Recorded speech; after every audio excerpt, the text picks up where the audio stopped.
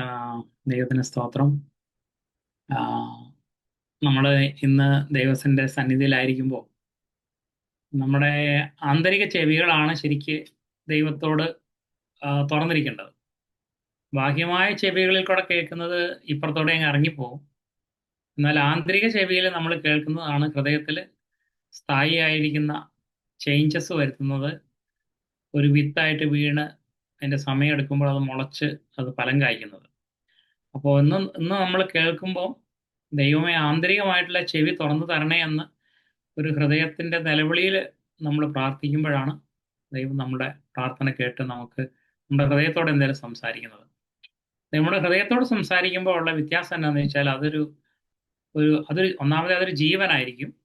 അത് നമ്മുടെ ലൈഫിനെ വ്യത്യാസപ്പെടുത്തുവാൻ തക്കവണ്ണം പര്യാപ്തമായിരിക്കുന്ന ഒരു ന്യൂട്രീഷൻസ് നമ്മുടെ ഉള്ളിലേക്ക് തരും. മറ്റൊരു കാര്യം, നമ്മുടെ നീഡ് നമുക്ക് പലപ്പോഴും അറിയത്തില്ല, പക്ഷെ ദൈവത്തിന് അറിയാം. അപ്പം നമ്മുടെ ആന്തരിക ചെവിയിലൂടെ കേൾക്കുന്നതാണ് നമ്മുടെ നീഡിനനുസരിച്ചുള്ളത് നമ്മുടെ ഹൃദയത്തിലേക്ക് ദൈവം കടത്തിവിടും. അപ്പോൾ അതിനനുസരിച്ച് മാനസാന്തരപ്പെടേണ്ടതാണെങ്കിൽ മാനസാന്തരപ്പെടാനും, നമ്മുടെ മറ്റെന്തെങ്കിലും ആവശ്യങ്ങൾക്ക് ഉത്സാഹമാണെങ്കിൽ ഉത്സാഹം, പുതിയ ദർശനങ്ങളാണെങ്കിൽ അത്, പുതിയൊരു കാഴ്ചപ്പാടാണെങ്കിൽ അത്, ഇതിനെല്ലാം ദൈവം നമ്മെ സഹായിക്കാൻ ഇടയാക്കി തീർക്കുന്നത് നമ്മുടെ ആന്തരിക ചെവി തുറക്കുമ്പോഴാണ്. ആന്തരിക ചെവി തുറന്നു കിട്ടിയ ഒരു ബ്രദറിനോ സിസ്റ്റർക്കോ മാത്രമേ കർത്താവിൻ്റെ ശരീരമായിരിക്കുന്ന സഭയുടെ കെട്ടുപണിയിലായിരിക്കാൻ പറ്റത്തുള്ളൂ. നമ്മളൊരു പാട്ട് പാടിയല്ലോ, ആശ്ചര്യമേ മഹാശ്ചര്യം പാർക്കിൽ ഭൂവിൽ വെച്ചേറ്റം മഹാശ്ചര്യം. അതിപ്പോൾ എന്താ അതിനകത്ത് ഈ ആശ്ചര്യം എന്നറിയാമോ? നാം പലരാണെങ്കിലും നമ്മൾ ഒന്നായിട്ട് ഒരു സ്നേഹത്തിൽ അൻപിൻ കൂട്ടം, അതിൽ ഹീനർ ദരിദ്രർ ഇവരുടെ എല്ലാം നടുവിൽ എല്ലാവരും ഉണ്ടെങ്കിലും അവരെല്ലാം ദൈവം ഏക രക്ഷയാൽ ചേർത്ത് ഒരു ശരീരമാക്കി തീർക്കുന്നു എന്നുള്ളതല്ല, അത് ദൈവത്തിൻ്റെ പുകഴ്ചയ്ക്കായിട്ട് ദൈവം മാറ്റുകയാണ്. എഫേസ്യ ലേഖനം 1-ാം അധ്യായത്തിൽ നമ്മൾ വായിക്കുന്നുണ്ട്, ദൈവം ലോകസ്ഥാപനത്തിന് മുമ്പ് തന്നെ നമ്മളെ വേർതിരിച്ചു തൻ്റെ മഹത്വത്തിനും പുകഴ്ചയ്ക്കുമായി തീരേണ്ടതിന് വേണ്ടിയിട്ട്. അപ്പോൾ ദൈവത്തിൻ്റെ മഹത്വവും പുകഴ്ചയുമായിട്ട് നമ്മൾ തീരണം എന്നുള്ളത് ദൈവത്തിൻ്റെ ഒരു ആഗ്രഹമാണ്. നമ്മൾ കഷ്ടിച്ച് രക്ഷപ്പെട്ട് അങ്ങ് അവിടെ ചെല്ലുക എന്നുള്ളത് അല്ല. ഒരു ഉദാഹരണമായിട്ട് പറയുകയാണെങ്കിൽ, ഇപ്പോൾ ഒരു സ്കൂളിൽ അധ്യാപകർ അല്ലെങ്കിൽ ആ സ്കൂളിലെ പ്രധാന അധ്യാപകൻ ആ സ്കൂളിനെ കുറിച്ച് എപ്പോഴും ആഗ്രഹിക്കുന്നത് ഇവിടെയുള്ള കുഞ്ഞുങ്ങളൊക്കെ ജസ്റ്റ് ഒരു പാസ് മാർക്ക് മേടിച്ച് കടന്നു പോവുക എന്നുള്ളതല്ല, മറിച്ച് അവരൊക്കെ വളരെ ഉന്നതമായ ജയം പ്രാപിക്കുന്നവരായിരിക്കണം എന്ന് ആഗ്രഹിക്കുന്നത്. അവരെല്ലാവരും തന്നെ ചിലപ്പോൾ ആരും തന്നെ ഫസ്റ്റ് ക്ലാസ്സിന് താഴെ വാങ്ങരുത്, എല്ലാവരും ഫസ്റ്റ് ക്ലാസ് എങ്കിലും മിനിമം ഉണ്ടായിരിക്കണം. മിനിമം. ബാക്കിയുള്ളവർ കുറച്ച് പേര് റാങ്ക് കിട്ടിയാൽ ബെസ്റ്റ്, അല്ലെങ്കിൽ ചുരുങ്ങിയ പക്ഷേ എല്ലാവരും ഒരു 95%, 90 അങ്ങനെയൊക്കെ വളരെ ഉയർന്ന ശതമാനം മാർക്ക് വാങ്ങി പാസ്സാവണം എന്നുള്ളതായിരിക്കും ആ അധ്യാപകന്റെ ആഗ്രഹം. അപ്പോഴാണ് ആ സ്കൂളിനെ കുറിച്ചുള്ള പദ്ധതി പൂർത്തിയാകത്തുള്ളൂ. അതുപോലെ നമ്മുടെ ജീവിതത്തിൽ ക്രിസ്തു നമ്മളെ വിളിച്ചു, വേർതിരിച്ചു. ഇനി നമ്മൾ ദൈവത്തിന്റെ പുകഴ്ചയ്ക്കായി തീരുന്ന എപ്പോഴാണ്? നേരത്തെ പറഞ്ഞതുപോലെ ആ സ്കൂളിന്റെ പുകഴ്ച എന്ന് പറയുന്നത് ആ ഉന്നതമായ മാർക്ക് വാങ്ങിയ കുട്ടികളാണ് ആ സ്കൂളിന്റെ പുകഴ്ച എന്ന് പറയുന്നത്. ഇപ്പൊ ചിലർ പറയാറില്ല, ഞങ്ങളുടെ സ്കൂളിൽ 100 ഫസ്റ്റ് ക്ലാസ് ഉണ്ടായിരുന്നു, അല്ലെങ്കിൽ 50 ഫസ്റ്റ് ക്ലാസ് ഉണ്ടായിരുന്നു എന്നൊക്കെ പറയുന്നത് കേട്ടിട്ടായിരുന്നല്ലോ പണ്ടൊക്കെ. അപ്പം നമ്മൾ ആ അത്രയും ഉന്നതമായ നിലവാരത്തിലേക്കുള്ള കുട്ടികളെ ഉയർത്താൻ കഴിഞ്ഞു എന്നുള്ളതിലാണ് ആ സ്കൂളിന്റെ ബഹുമാനം, പുകഴ്ചയൊക്കെ ഇരിക്കുന്നത്. അതുപോലെ കർത്താവിന്റെ പുകഴ്ചയ്ക്കായിട്ട് നമ്മൾ തീരണമെന്ന് പറയുമ്പോൾ, സ്വർഗത്തിൽ നമ്മൾ ചെല്ലുമ്പോൾ ദൈവത്തിന്റെ ദൂതന്മാരുടെ മുമ്പാകെയും സ്വർഗത്തിലെ മറ്റ് സൈന്യങ്ങളുടെ മുമ്പാകെയും മറ്റ് റെഡീംഡ് ആയിരിക്കുന്ന ആൾക്കാരുടെ മുമ്പിലും ദൈവത്തിന്റെ പുകഴ്ചയായി നമ്മൾ തീരുന്നത് നമ്മൾ ഉന്നതമായിരിക്കുന്ന ഒരു വിജയം തന്നെ പറയാം, വിജയം കൈവരിക്കുമ്പോഴാണ്. അല്ലെങ്കിൽ ദൈവത്തിന് നമ്മളെക്കുറിച്ചുള്ള ഉദ്ദേശത്തെ പൂർത്തീകരിക്കാൻ പറ്റും. സ്കൂൾ അധ്യാപകന്റെയും മറ്റ് ക്ലാസ് ടീച്ചേഴ്സിന്റെ ഒക്കെ ഉദ്ദേശം എന്ന് പറയുന്നത് ആ കുട്ടികളൊക്കെ ഉന്നതമായ വിജയം പ്രാപിക്കണം എന്നുള്ളതാണ്. അപ്പൊ അതുപോലെ ദൈവത്തിന് നമ്മുടെ ഉള്ളിൽ ഒരു ലക്ഷ്യമുണ്ട്. അപ്പൊ ആ ഉന്നതമായ ജയം പ്രാപിച്ചത് വഴിയാണ് ആ സ്കൂളിന് മഹത്വം കിട്ടിയത്. അതുപോലെ നമ്മളും ദൈവം ഉണ്ടാക്കുന്ന ഈ ഒരു പ്രവൃത്തി, അല്ലെങ്കിൽ ഈ മുടന്തരും ഹീനരും തമ്മിൽ ചേരാത്തതും കണ്ടാൽ പിടിക്കാത്തതും അഹങ്കാരം കൊണ്ട് മുറ്റി നിൽക്കുന്നതും അതുപോലെ ധാർഷ്ട്യം പിടിക്കുന്നില്ല, അങ്ങനെയുള്ള എല്ലാ കാര്യങ്ങളാലും നിറഞ്ഞു നിൽക്കുന്ന, തീർത്തും ശലമോന്റെ ഉത്തമഗീതത്തിൽ പറയുന്നത് പോലെ, ഐ എം കംപ്ലീറ്റ്ലി ഡാർക്ക്, ഞാൻ മുഴുവനും കറുപ്പാ. അപ്പൊ അങ്ങനെയുള്ള ഒരു കറുത്ത ഒരു മനുഷ്യനെ പിടിച്ച് വെണ്മയാക്കി തീർക്കുന്ന അത്ഭുതകരമായ ഒരു പ്രവൃത്തി എന്താണെന്ന് അറിയാൻ വേണ്ടി സ്വർഗത്തിലെ ദൂതന്മാർ പോലും കുനിഞ്ഞു നോക്കുന്നു എന്നാ പറഞ്ഞത്, ഈ ദൈവത്തിന്റെ ഈ കാര്യപരിപാടിയിൽ. അപ്പം നമ്മൾ അവിടെ ചെന്ന് കഴിഞ്ഞ് ഇതിന്റെ റിസൾട്ട് ആയിട്ട് നമ്മൾ അവിടെ ചെന്ന് കഴിഞ്ഞ് നമ്മൾ അത്ര മഹത്വമുള്ളവരായി തീരുമ്പോൾ, നമ്മുടെ നിറമെല്ലാം മാറി വെളുത്തതായി തീരുമ്പോൾ, അത് സ്വർഗത്തിന് എത്ര മഹത്വം ഉണ്ടാവുമെന്നാണ് എഫേസ്യ ലേഖനം 1-ാം അധ്യായത്തിൽ നമ്മൾ ആ 3-ാം വാക്യത്തിൽ വായിക്കുന്നത്. ദൈവത്തിന്റെ നാമത്തിന്റെ പുകഴ്ചയ്ക്കും മഹത്വത്തിനുമായിട്ട് നമ്മളെ ലോകത്താമനത്തിന് മുമ്പ് തന്നെ വേർതിരിച്ചു എന്നുള്ളത്. അപ്പൊ ഈ വേർതിരിച്ചു എന്നുള്ള ഒറ്റ കാരണം കൊണ്ട് മാത്രം നമുക്കെല്ലാം അങ്ങ് പ്രാപിക്കാൻ പറ്റത്തില്ല. കാരണം നമ്മുടെ ഒരു സഹകരണം വേണം. ദൈവം തന്റെ ഇമേജിൽ നമ്മളെ സൃഷ്ടിച്ചു എന്ന് പറഞ്ഞാൽ നമ്മുടെ സ്വതന്ത്രമായ ഇച്ഛയോടുകൂടെ നമ്മളെ സൃഷ്ടിച്ചു. നമുക്കൊരു തെരഞ്ഞെടുക്കാനുള്ള സ്വാതന്ത്ര്യമുണ്ട് ഏത് സമയത്തും. അത് കർത്താവിനെ സ്വീകരിച്ച ശേഷവും എത്ര നാൾ കർത്താവിൻ്റെ കൂടെ നടന്ന ശേഷവും നമുക്ക് തെരഞ്ഞെടുപ്പുകൾ നടത്തിക്കൊണ്ട് തന്നെ വളരാൻ പറ്റത്തുള്ളൂ. ഈ തെരഞ്ഞെടുപ്പുകളുടെ അഭാവമാണ് നമ്മുടെ ക്രിസ്തീയ ജീവിതത്തെ ഒന്നുകിൽ സ്റ്റാഗ്നന്റ് ആക്കി തീർക്കുന്നത്, അല്ലെങ്കിൽ നമ്മുടെ വളർച്ച പരിമിതപ്പെടുത്തുന്നതും എല്ലാം ചെയ്യുന്നത് ഈ തെരഞ്ഞെടുപ്പുകളുടെ അടിസ്ഥാനത്തിലാണ്. അപ്പൊ ഈ തെരഞ്ഞെടുപ്പുകളുടെ മുമ്പാകെ ഒരു തെരഞ്ഞെടുക്കപ്പെടേണ്ട ഒരു ആവശ്യം വരുമ്പം പ്രോപ്പർ ആയിരിക്കുന്ന ഒരു തെരഞ്ഞെടുപ്പ് എടുക്കുന്നത് വഴിയാണ് നമ്മൾ വളർന്നു പോകുന്നത്. ഇപ്പം നമുക്ക് തന്നെ അറിയാമല്ലോ, കുട്ടികൾ എത്ര പറഞ്ഞാലും രാവിലെ എഴുന്നേക്കത്തില്ല. എഴുന്നേറ്റ് വരുമ്പോഴത്തേക്കും വളരെ വൈകി എഴുന്നേറ്റ് വരും. അവധിയുള്ള ദിവസമാണെങ്കിൽ 10 മണിക്ക് എഴുന്നേക്കുള്ളൂ. അങ്ങനെയുള്ള ഒരു പ്രകൃതിയുള്ള കുട്ടികൾ ഒരു പക്ഷെ ഒരു ജസ്റ്റ് പാസ് മാർക്ക് വാങ്ങിയായിരിക്കും സ്കൂളിൽ നിന്ന് പുറത്ത് വരുന്നത്. അതേസമയം വേറെ ചിലർ അധ്വാനിക്കുന്ന കുട്ടികളുണ്ട്. അവർ രാവിലെ 6 മണിക്ക് എഴുന്നേക്കും. വേറെ ചിലർ 4 മണിക്ക് എഴുന്നേക്കും. 4 മണിക്ക് എഴുന്നേറ്റിട്ട് അവർ കഠിനാധ്വാനം ചെയ്ത് അവർ ഉയർന്ന മാർക്കോടെ അവർ പാസ്സാവും. അപ്പൊ ഇതെല്ലാം അവരെ തെരഞ്ഞെടുപ്പുകളിലാണ് അടിസ്ഥാനപ്പെട്ടിരിക്കുന്നത്. സ്കൂളിൽ നമ്മൾ ചേർത്ത് എന്നുള്ള ഒറ്റ കാരണം കൊണ്ട് കുട്ടി നല്ല മാർക്കോടി പുറത്ത് വരത്തില്ലല്ലോ. അവന്റെ ഭാഗത്തു നിന്ന് അവൻ ചെയ്യാനുള്ള ഒരു കുറച്ച് കാര്യങ്ങളുണ്ട്. ഇതിനോടുള്ള ബന്ധത്തിൽ നമ്മളെ പരിശുദ്ധാത്മാവ് നടത്തുമ്പോൾ മാത്രമേ ഉള്ളൂ നമുക്കും ഇത് പ്രാപിക്കാനായിട്ട് പറ്റുള്ളൂ. അപ്പൊ നമ്മൾ ഈ പാടിയ പാട്ടില് ഇതിൽ പറയുന്നുണ്ടല്ലോ, 2-ാമത്തെ സ്റ്റാൻസില്, പാവക്കയറും ചങ്ങലയെല്ലാം പൊട്ടിത്തകർന്ന് എന്തൊരാശ്ചര്യം.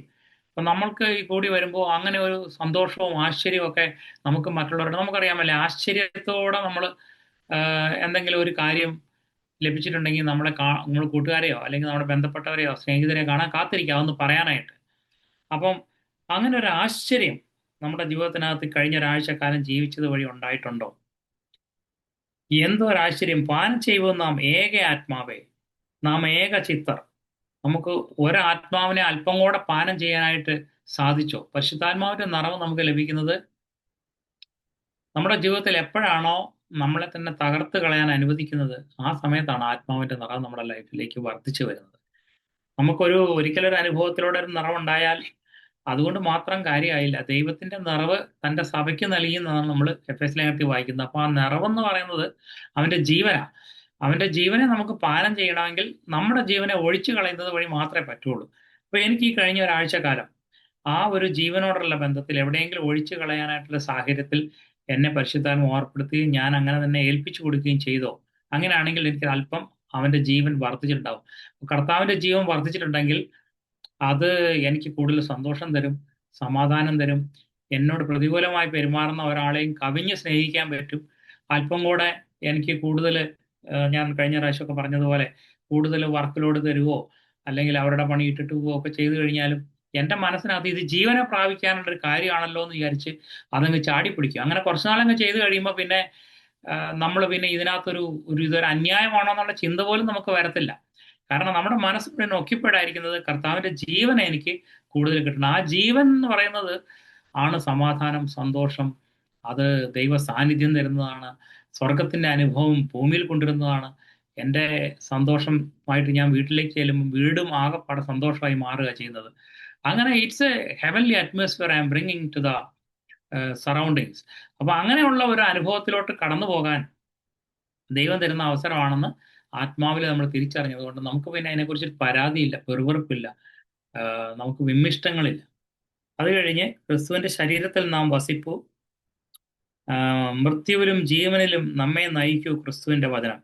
അപ്പം ജീവനോടുള്ള ബന്ധത്തിൽ വചനം ഇടപെടുന്നത് പലപ്പോഴും നമുക്ക് അല്ലെങ്കിൽ സന്തോഷത്തിന് വേണ്ടിയിട്ട് ഇങ്ങനെ പ്രത്യാശയൊക്കെ തരുന്ന വചനങ്ങളൊക്കെ നമ്മൾ ഒത്തിരി അനുഭവിച്ചിട്ടുണ്ട്. എന്നാൽ മരണത്തിലേക്ക് നമ്മളെ നയിക്കുന്ന വചനങ്ങളും ഉണ്ട്. മരണത്തിലേക്ക് നയിക്കുക എന്ന് പറഞ്ഞാൽ ക്രിസ്തുവിന്റെ മരണത്തിൽ പങ്കാളിയാകാൻ വേണ്ടി നമ്മളെ വെല്ലുവിളിക്കുന്ന വചനങ്ങൾ അടങ്ങിയിട്ടുണ്ട്.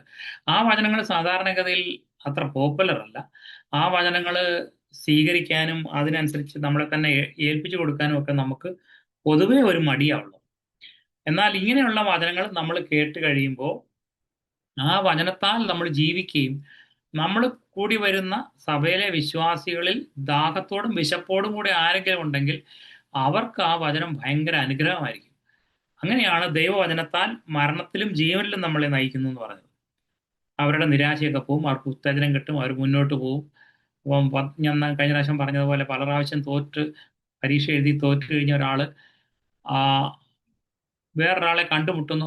അദ്ദേഹം ഇതുപോലെ പല പ്രാവശ്യം തോറ്റിട്ട് എഴുതിയ ഒരാളാണ്, എഴുതി ജയിച്ചു.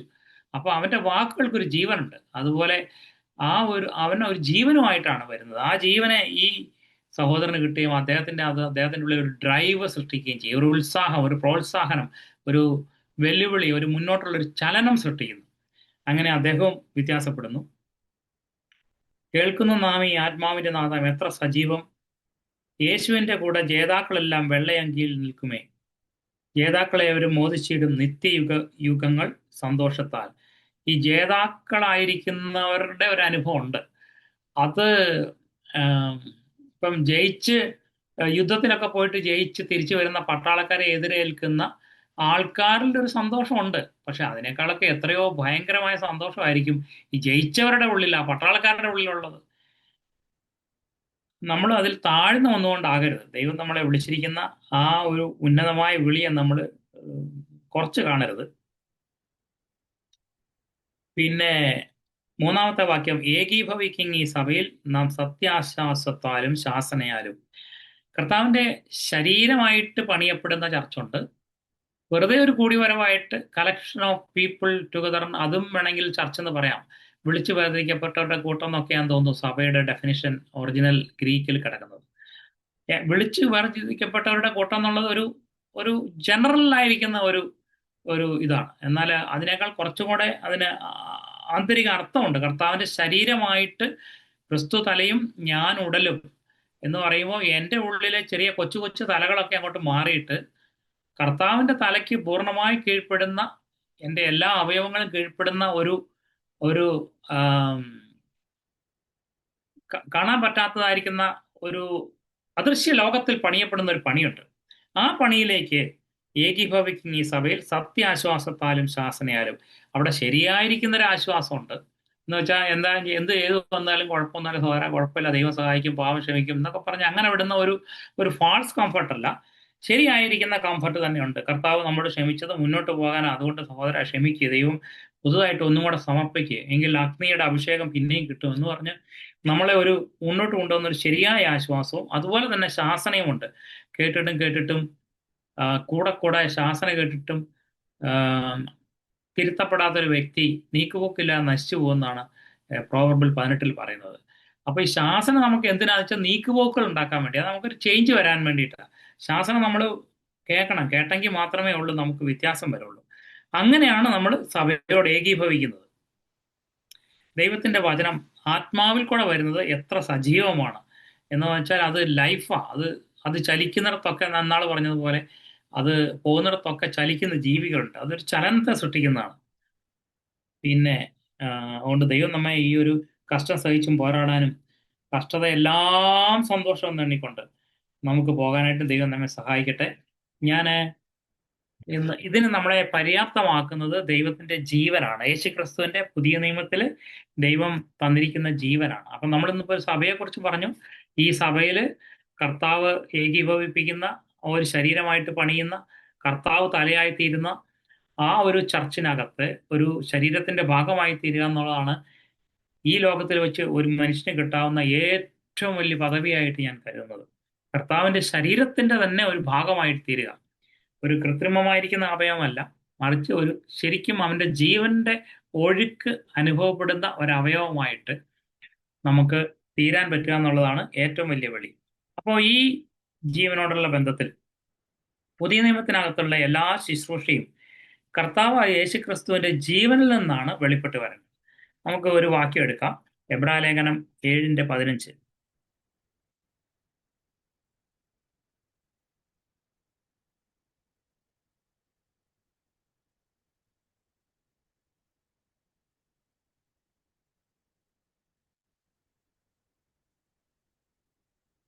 അവിടെ 7:15 പറയുന്നുണ്ട്. അത് 11 തൊട്ട് വായിക്കാം. ലേവ്യ പൗരോഹിത്യത്താൽ സമ്പൂർണത വന്നെങ്കിൽ അതിന്റെ കീഴിലല്ലോ ജനം ന്യായപ്രമാണം പ്രാപിച്ചത്, അതായത് ദൈവത്തിന്റെ അരുളപ്പാടുകൾ പ്രാപിച്ചത്. അഹറോന്റെ ക്രമപ്രകാരം എന്ന് പറയാതെ മൽക്കീസദക്കിന്റെ ക്രമപ്രകാരം വേറൊരു പുരോഹിതൻ വരുവാൻ എന്തൊരാവശ്യം? പൗരോഹിത്യം മാറിപ്പോകുന്ന പക്ഷം ന്യായപ്രമാണത്തിനും കൂടെ മാറ്റം വരുവാൻ ആവശ്യം. നമുക്കറിയാം, പൗരോഹിത്യം മാറി. ഇപ്പോൾ ആരോ അഹറോന്റെ ക്രമപ്രകാരമുള്ള പൗരോഹിത്യം ഇല്ല. യേശുക്രിസ്തുവാണ് നമ്മുടെ പുരോഹിതൻ. എന്നാൽ ഇത് ആരെക്കുറിച്ച് പറഞ്ഞിരിക്കുന്നു? അതായത് യേശുവിനെ കുറിച്ചാണ് പറഞ്ഞിരിക്കുന്നത്, അത് നമുക്കറിയാം. എന്നാൽ ഇത് ആരെക്കുറിച്ച് പറഞ്ഞിരിക്കുന്നു? അവൻ വേറൊരു ഗോത്രത്തിലുള്ളവൻ, പൗരോഹിത്യം മാറ്റി വേറൊന്നായി തീർന്ന ഒരുവനെ കുറിച്ച് പറഞ്ഞ ആ വ്യക്തി ഒരിക്കലും ലേവ്യ ഗോത്രത്തിലുള്ള ഒരു വ്യക്തി അല്ല. അതായത് അഹറോന്റെ ലേവ്യ മാത്രമായ അഹറോന്റെ മക്കളും കൂടെ ആണോ, ആ ഒരു ജീനിയോളജിയിൽ യേശുക്രിസ്തു വരുന്നില്ല. അപ്പൊ പിന്നെ എങ്ങനെയാണ് ഈ പൗരോഹിത്യം ചേഞ്ച് ചെയ്ത് യേശുക്രിസ്തുവിന് കിട്ടിയത് എന്നാണ് എബ്രായ ലേഖനകർത്താവ് ചോദിക്കുന്നത്. ആ ഗോത്രത്തിൽ ആരും യാഗപെടുത്തെങ്കിൽ ശുശ്രൂഷ ചെയ്തിട്ടില്ല. യഹൂദായിൽ നിന്നല്ലോ നമ്മുടെ കർത്താവ് ഉദിച്ചത് എന്ന് സ്പഷ്ടമല്ലോ. അതായത് യേശുക്രിസ്തു യഹൂദയിൽ നിന്നാണ്, യഹൂദ വംശത്തിൽ നിന്നാണ് വന്നിരിക്കുന്നത്. ആ വംശത്തെക്കുറിച്ച് ഒരിക്കലും പറഞ്ഞിട്ടില്ല. അവിടെ എഴുതിയിട്ടുണ്ട് അടുത്ത വാക്യത്തിൽ, യഹൂദയിൽ നിന്ന് നമ്മുടെ കർത്താവ് ഉദിച്ചു എന്ന് സ്പഷ്ടമല്ല. ആ ഗോത്രത്തോട് മോശ പൗരോഹിത്യം സംബന്ധിച്ച് ഒന്നും കൽപ്പിച്ചിട്ടില്ല. അപ്പം പൗരോഹിത്യത്തെക്കുറിച്ച് യാതൊരു കൽപ്പനയില്ലാത്ത ഒരാൾ എങ്ങനെയാണ് പൗരോഹിത്യ ശുശ്രൂഷയിലേക്ക് കടന്നത്? ഏത് വ്യവസ്ഥയുടെ കീഴിലാണ് അതിലേക്ക് വന്നത്? നമുക്കറിയാം, നമ്മളെല്ലാവരും പുരോഹിതന്മാരായിട്ടാണ് പുതിയ നിയമത്തിൽ നമ്മളെ വിളിച്ചിരിക്കുന്നത്. അങ്ങനെയെങ്കിൽ നമ്മളെല്ലാവരും പുരോഹിതന്മാരാണല്ലോ. അപ്പം നമ്മൾ ഏത് ക്രമപ്രകാരമാണ് പുരോഹിതനായി തീർന്നിരിക്കുന്നത്? നമുക്ക് ലോകപ്രകാരം നമ്മളിപ്പോൾ ഒരു കമ്പനിയുടെ ഇന്റർവ്യൂ ചെയ്യുകയാണെങ്കിൽ എൻ്റെ കമ്പനി ആവശ്യപ്പെടുന്ന ആ തസ്തികയ്ക്ക് ആവശ്യമായ വിദ്യാഭ്യാസ യോഗ്യത, അതിനോടുള്ള സംബന്ധിച്ചുള്ള അറിവ്, അതിനുവേണ്ടിയുള്ള സമർപ്പണം, ഇങ്ങനെയുള്ള യോഗ്യതകളൊക്കെ ആ വ്യക്തി ഉണ്ടോ എന്ന് നമ്മൾ ആ ഇന്റർവ്യൂവിൻ്റെ സമയത്ത് ചോദിച്ച് പല രൂപത്തിൽ അത് മനസ്സിലാക്കും. എന്നിട്ടാണ് ആ വ്യക്തിയുടെ യോഗ്യത നിശ്ചയിക്കുന്നത്. ഇതുപോലെ പുതിയ നിയമത്തിലേക്ക് നമുക്ക് പൗരോഹിത്യമായി വിളിച്ചിട്ടുണ്ട്. കോളേജിൽ നിന്ന് ഡിഗ്രി കിട്ടിയത് കൊണ്ട് ആണ് ഈ ജോലിക്ക് വേണ്ടി അപേക്ഷിച്ചത്. പക്ഷെ ജോലിക്ക് എന്നാലും കുറച്ച് യോഗ്യതയും കൂടെ ആവശ്യമുണ്ട്. ആ ഒരു കാര്യങ്ങളാണ് അവർ പരിശോധിക്കുന്നത്. അതുപോലെ ഈ നമ്മുടെ ജീവിതത്തിൽ എന്തിൻ്റെ അടിസ്ഥാനത്തിലാണ് നമ്മളെല്ലാം പുരോഹിതന്മാരായി തീർന്നു? കർത്താവിനെ രക്ഷകനായി സ്വീകരിച്ച് രക്ഷിക്കപ്പെട്ടത് വഴി. എന്നാൽ നമുക്ക് എല്ലാവർക്കും ഈ ശുശ്രൂഷ ചെയ്യാൻ എങ്ങനെയാണ് സാധിക്കുക എന്നുള്ളതാണ് പറയുന്നത് 15-ാം അധ്യായം. കാരണം നമുക്കറിയാം, ഇന്ന് നമ്മൾ ആയിരിക്കുന്ന പണി എന്ന് പറയുന്നത് കർത്താവിൻ്റെ ശരീരത്തെ ഒരു ദേശത്ത് പണിയുക എന്നുള്ളതാണ്. കർത്താവിൻ്റെ ശരീരത്തിന് ഒരു എക്സ്പ്രഷൻ കൊടുക്കുക എന്നുള്ളതാണ്. ആദമിൽ നിന്നും അവനെ സൃഷ്ടിച്ചപ്പം അവ ശരിക്കും ആദമിൽ ഉണ്ടായിരുന്നു. ആദമിൽ നിന്ന് അവനെ എടുത്ത് ഒരു സ്ത്രീ ആക്കി എന്ന് നമ്മൾ വായിക്കുന്നത്. ഒരു വാരിയൽ എടുത്ത് ഒരു സ്ത്രീ ആക്കി. എടുത്തു കഴിഞ്ഞാൽ ഉടനെ അങ്ങ് ആയില്ല, ആക്കി എന്ന് പറഞ്ഞതുപോലെ ക്രിസ്തുവിൽ നിന്ന് നമ്മൾക്ക് ഒരു ജീവനെ കിട്ടി, നാം രക്ഷിക്കപ്പെട്ടു.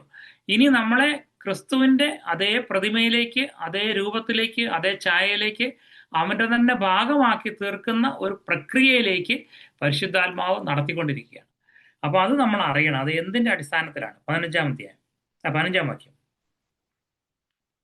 ജഡസംബന്ധമായ കൽപ്പനയുടെ പ്രമാണത്താലല്ല, അഴിഞ്ഞു പോകാത്ത ജീവന്റെ ശക്തിയാൽ ഉളവായ വേറെ ഒരു പൗരോഹിതൻ മൽക്കീസദക്കിന് സദൃശ്യനായി ഉദിക്കുന്നുവെങ്കിൽ അത് ഏറ്റവും അധികം തെളിയുന്നു. അപ്പോ ഇവിടെ നമുക്ക് മനസ്സിലാകുന്നത്, ഈ മൽക്കീസദക്കിന്റെ ക്രമപ്രകാരം പുരോഹിതനാകിയിട്ടാണ് യേശു വന്നത്. അതേ ക്രമത്തിലാണ് നമ്മളായിരിക്കുന്നത്. അപ്പൊ മൽക്കീസദക്കിന് ഉണ്ടായിരുന്നത് എന്തായിരുന്നു? അവന് ആദിയില്ല, തുടക്കമില്ല, അവസാനമില്ല എന്നൊക്കെ നമ്മൾ വായിക്കുന്നുണ്ട്. അപ്പൊ ജഡസംബന്ധമായ ഒരു കൽപ്പനയുടെ പ്രമാണമല്ല എന്ന് വെച്ചാൽ ഇങ്ങനെ ഇന്ന ഗോത്രത്തിലായിരിക്കണം, ഇത്ര ശതമാനം മാർക്ക് ഉണ്ടായിരിക്കണം, അങ്ങനെയൊക്കെ പറയുന്ന ഒരു ജഡസംബന്ധമായ ഒരു കൽപ്പനയുടെ പ്രമാണത്തിലല്ല. കുറച്ച് അറിവുണ്ടായിരിക്കണം, അങ്ങനെയുള്ള അല്ലെങ്കിൽ പറയാനുള്ള താലന്ത് ഉണ്ടായിരിക്കണം, കഴിവുണ്ടായിരിക്കണം. ഇതിന്റെ ഒന്നും അടിസ്ഥാനത്തിലല്ല കർത്താവിന്റെ സഭയെ നമ്മൾ പണിയുന്നത്, അല്ലെങ്കിൽ നമ്മുടെ പൗരോഹിത്യന്റെ ശുശ്രൂഷയുടെ നിദാനം അതല്ല. പിന്നെയോ അഴിഞ്ഞു പോകാത്ത ജീവന്റെ ശക്തി. അപ്പൊ അഴിഞ്ഞു പോകാത്ത ജീവന്റെ ശക്തിയാലാണ് നമ്മുടെ ശുശ്രൂഷ ഉണ്ടെന്ന്. അഴിഞ്ഞു പോകാത്ത ജീവന്റെ ശക്തി എന്ന് പറഞ്ഞ വാക്കുകൊണ്ട് എന്താണ് അർത്ഥമാകുന്നത്? ഒരിക്കലും നശിപ്പിക്കപ്പെടാത്തതായിരിക്കുന്ന ഒരു ക്ഷമ, ഇന്ദ്രിയ ജയം, അങ്ങനെയുള്ള ദൈവത്തിന്റെ സ്നേഹം, മറ്റുള്ളവരാൽ നശിപ്പിക്കപ്പെടാത്തതായ സ്നേഹം, ദയ, മറ്റുള്ളവർ ഇപ്പോൾ ഏതെല്ലാം രീതിയിൽ എന്നോട് പെരുമാറിയാലും പിന്നെയും കരുണ കാണിക്കാനുള്ളതായിരിക്കുന്ന ഒരു മനസ്സ്, ഇങ്ങനെയുള്ള ജീവൻ, അത് ദൈവത്തിന്റെ ജീവനാണ്. ദൈവത്തിന്റെ ജീവൻ മാത്രമേ ഉള്ളൂ നശിപ്പിക്കപ്പെടാതിരിക്കുന്നത്. ബാക്കി എല്ലാം നശിച്ചു പോകും, എല്ലാം മുതിർന്നു പോകും. പക്ഷെ കർത്താവിൽ നിന്ന്, ദൈവത്തിൽ നിന്ന് പുറപ്പെട്ടു വരുന്ന എന്തോ ഒന്ന്, അതാണ് നശിക്കപ്പെടാത്തത്. അതുകൊണ്ടാണ് യേശു പറഞ്ഞത്, ഏകസത്യ ദൈവമായ, യേശുവിന്റെ പ്രാർത്ഥനയിൽ 17-ാം അധ്യായത്തിൽ പറയുന്നുണ്ട്, ഏകസത്യ ദൈവമായ നിന്നെയും നീ അയച്ചിരിക്കുന്ന യേശു ക്രിസ്തുവിനെയും അറിയുന്നതാകുന്നു നിത്യജീവൻ. അപ്പം നമ്മൾ പെട്ടെന്ന്, ഞാനൊക്കെ പണ്ട് വിചാരിച്ചിരുന്നത് നിത്യജീവൻ എന്ന് പറഞ്ഞാൽ നിത്യമായി ജീവിക്കുന്ന അനുഭവം. അപ്പം നിത്യമായി സ്വർഗത്തിൽ എന്നേക്കും ദൈവത്തിന്റെ കൂടെ വാഴുക.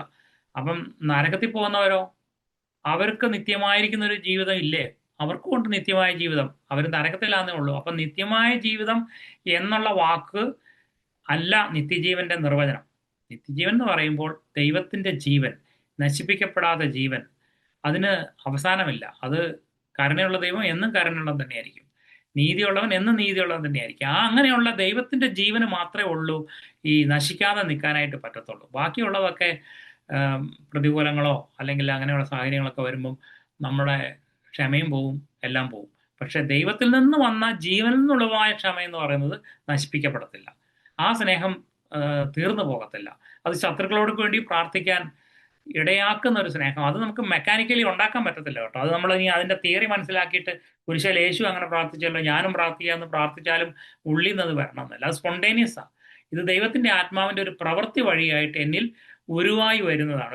ഒരു മാങ്കോട ട്രീ മാങ്ങാഫലം പുറപ്പെടുവിക്കുന്നത് അതെന്തെങ്കിലും ഒരു പ്രയത്നം ചെയ്തിട്ടില്ല, അത് അതിന്റെ സ്വാഭാവികമായിരിക്കുന്ന ഫലമാണ്.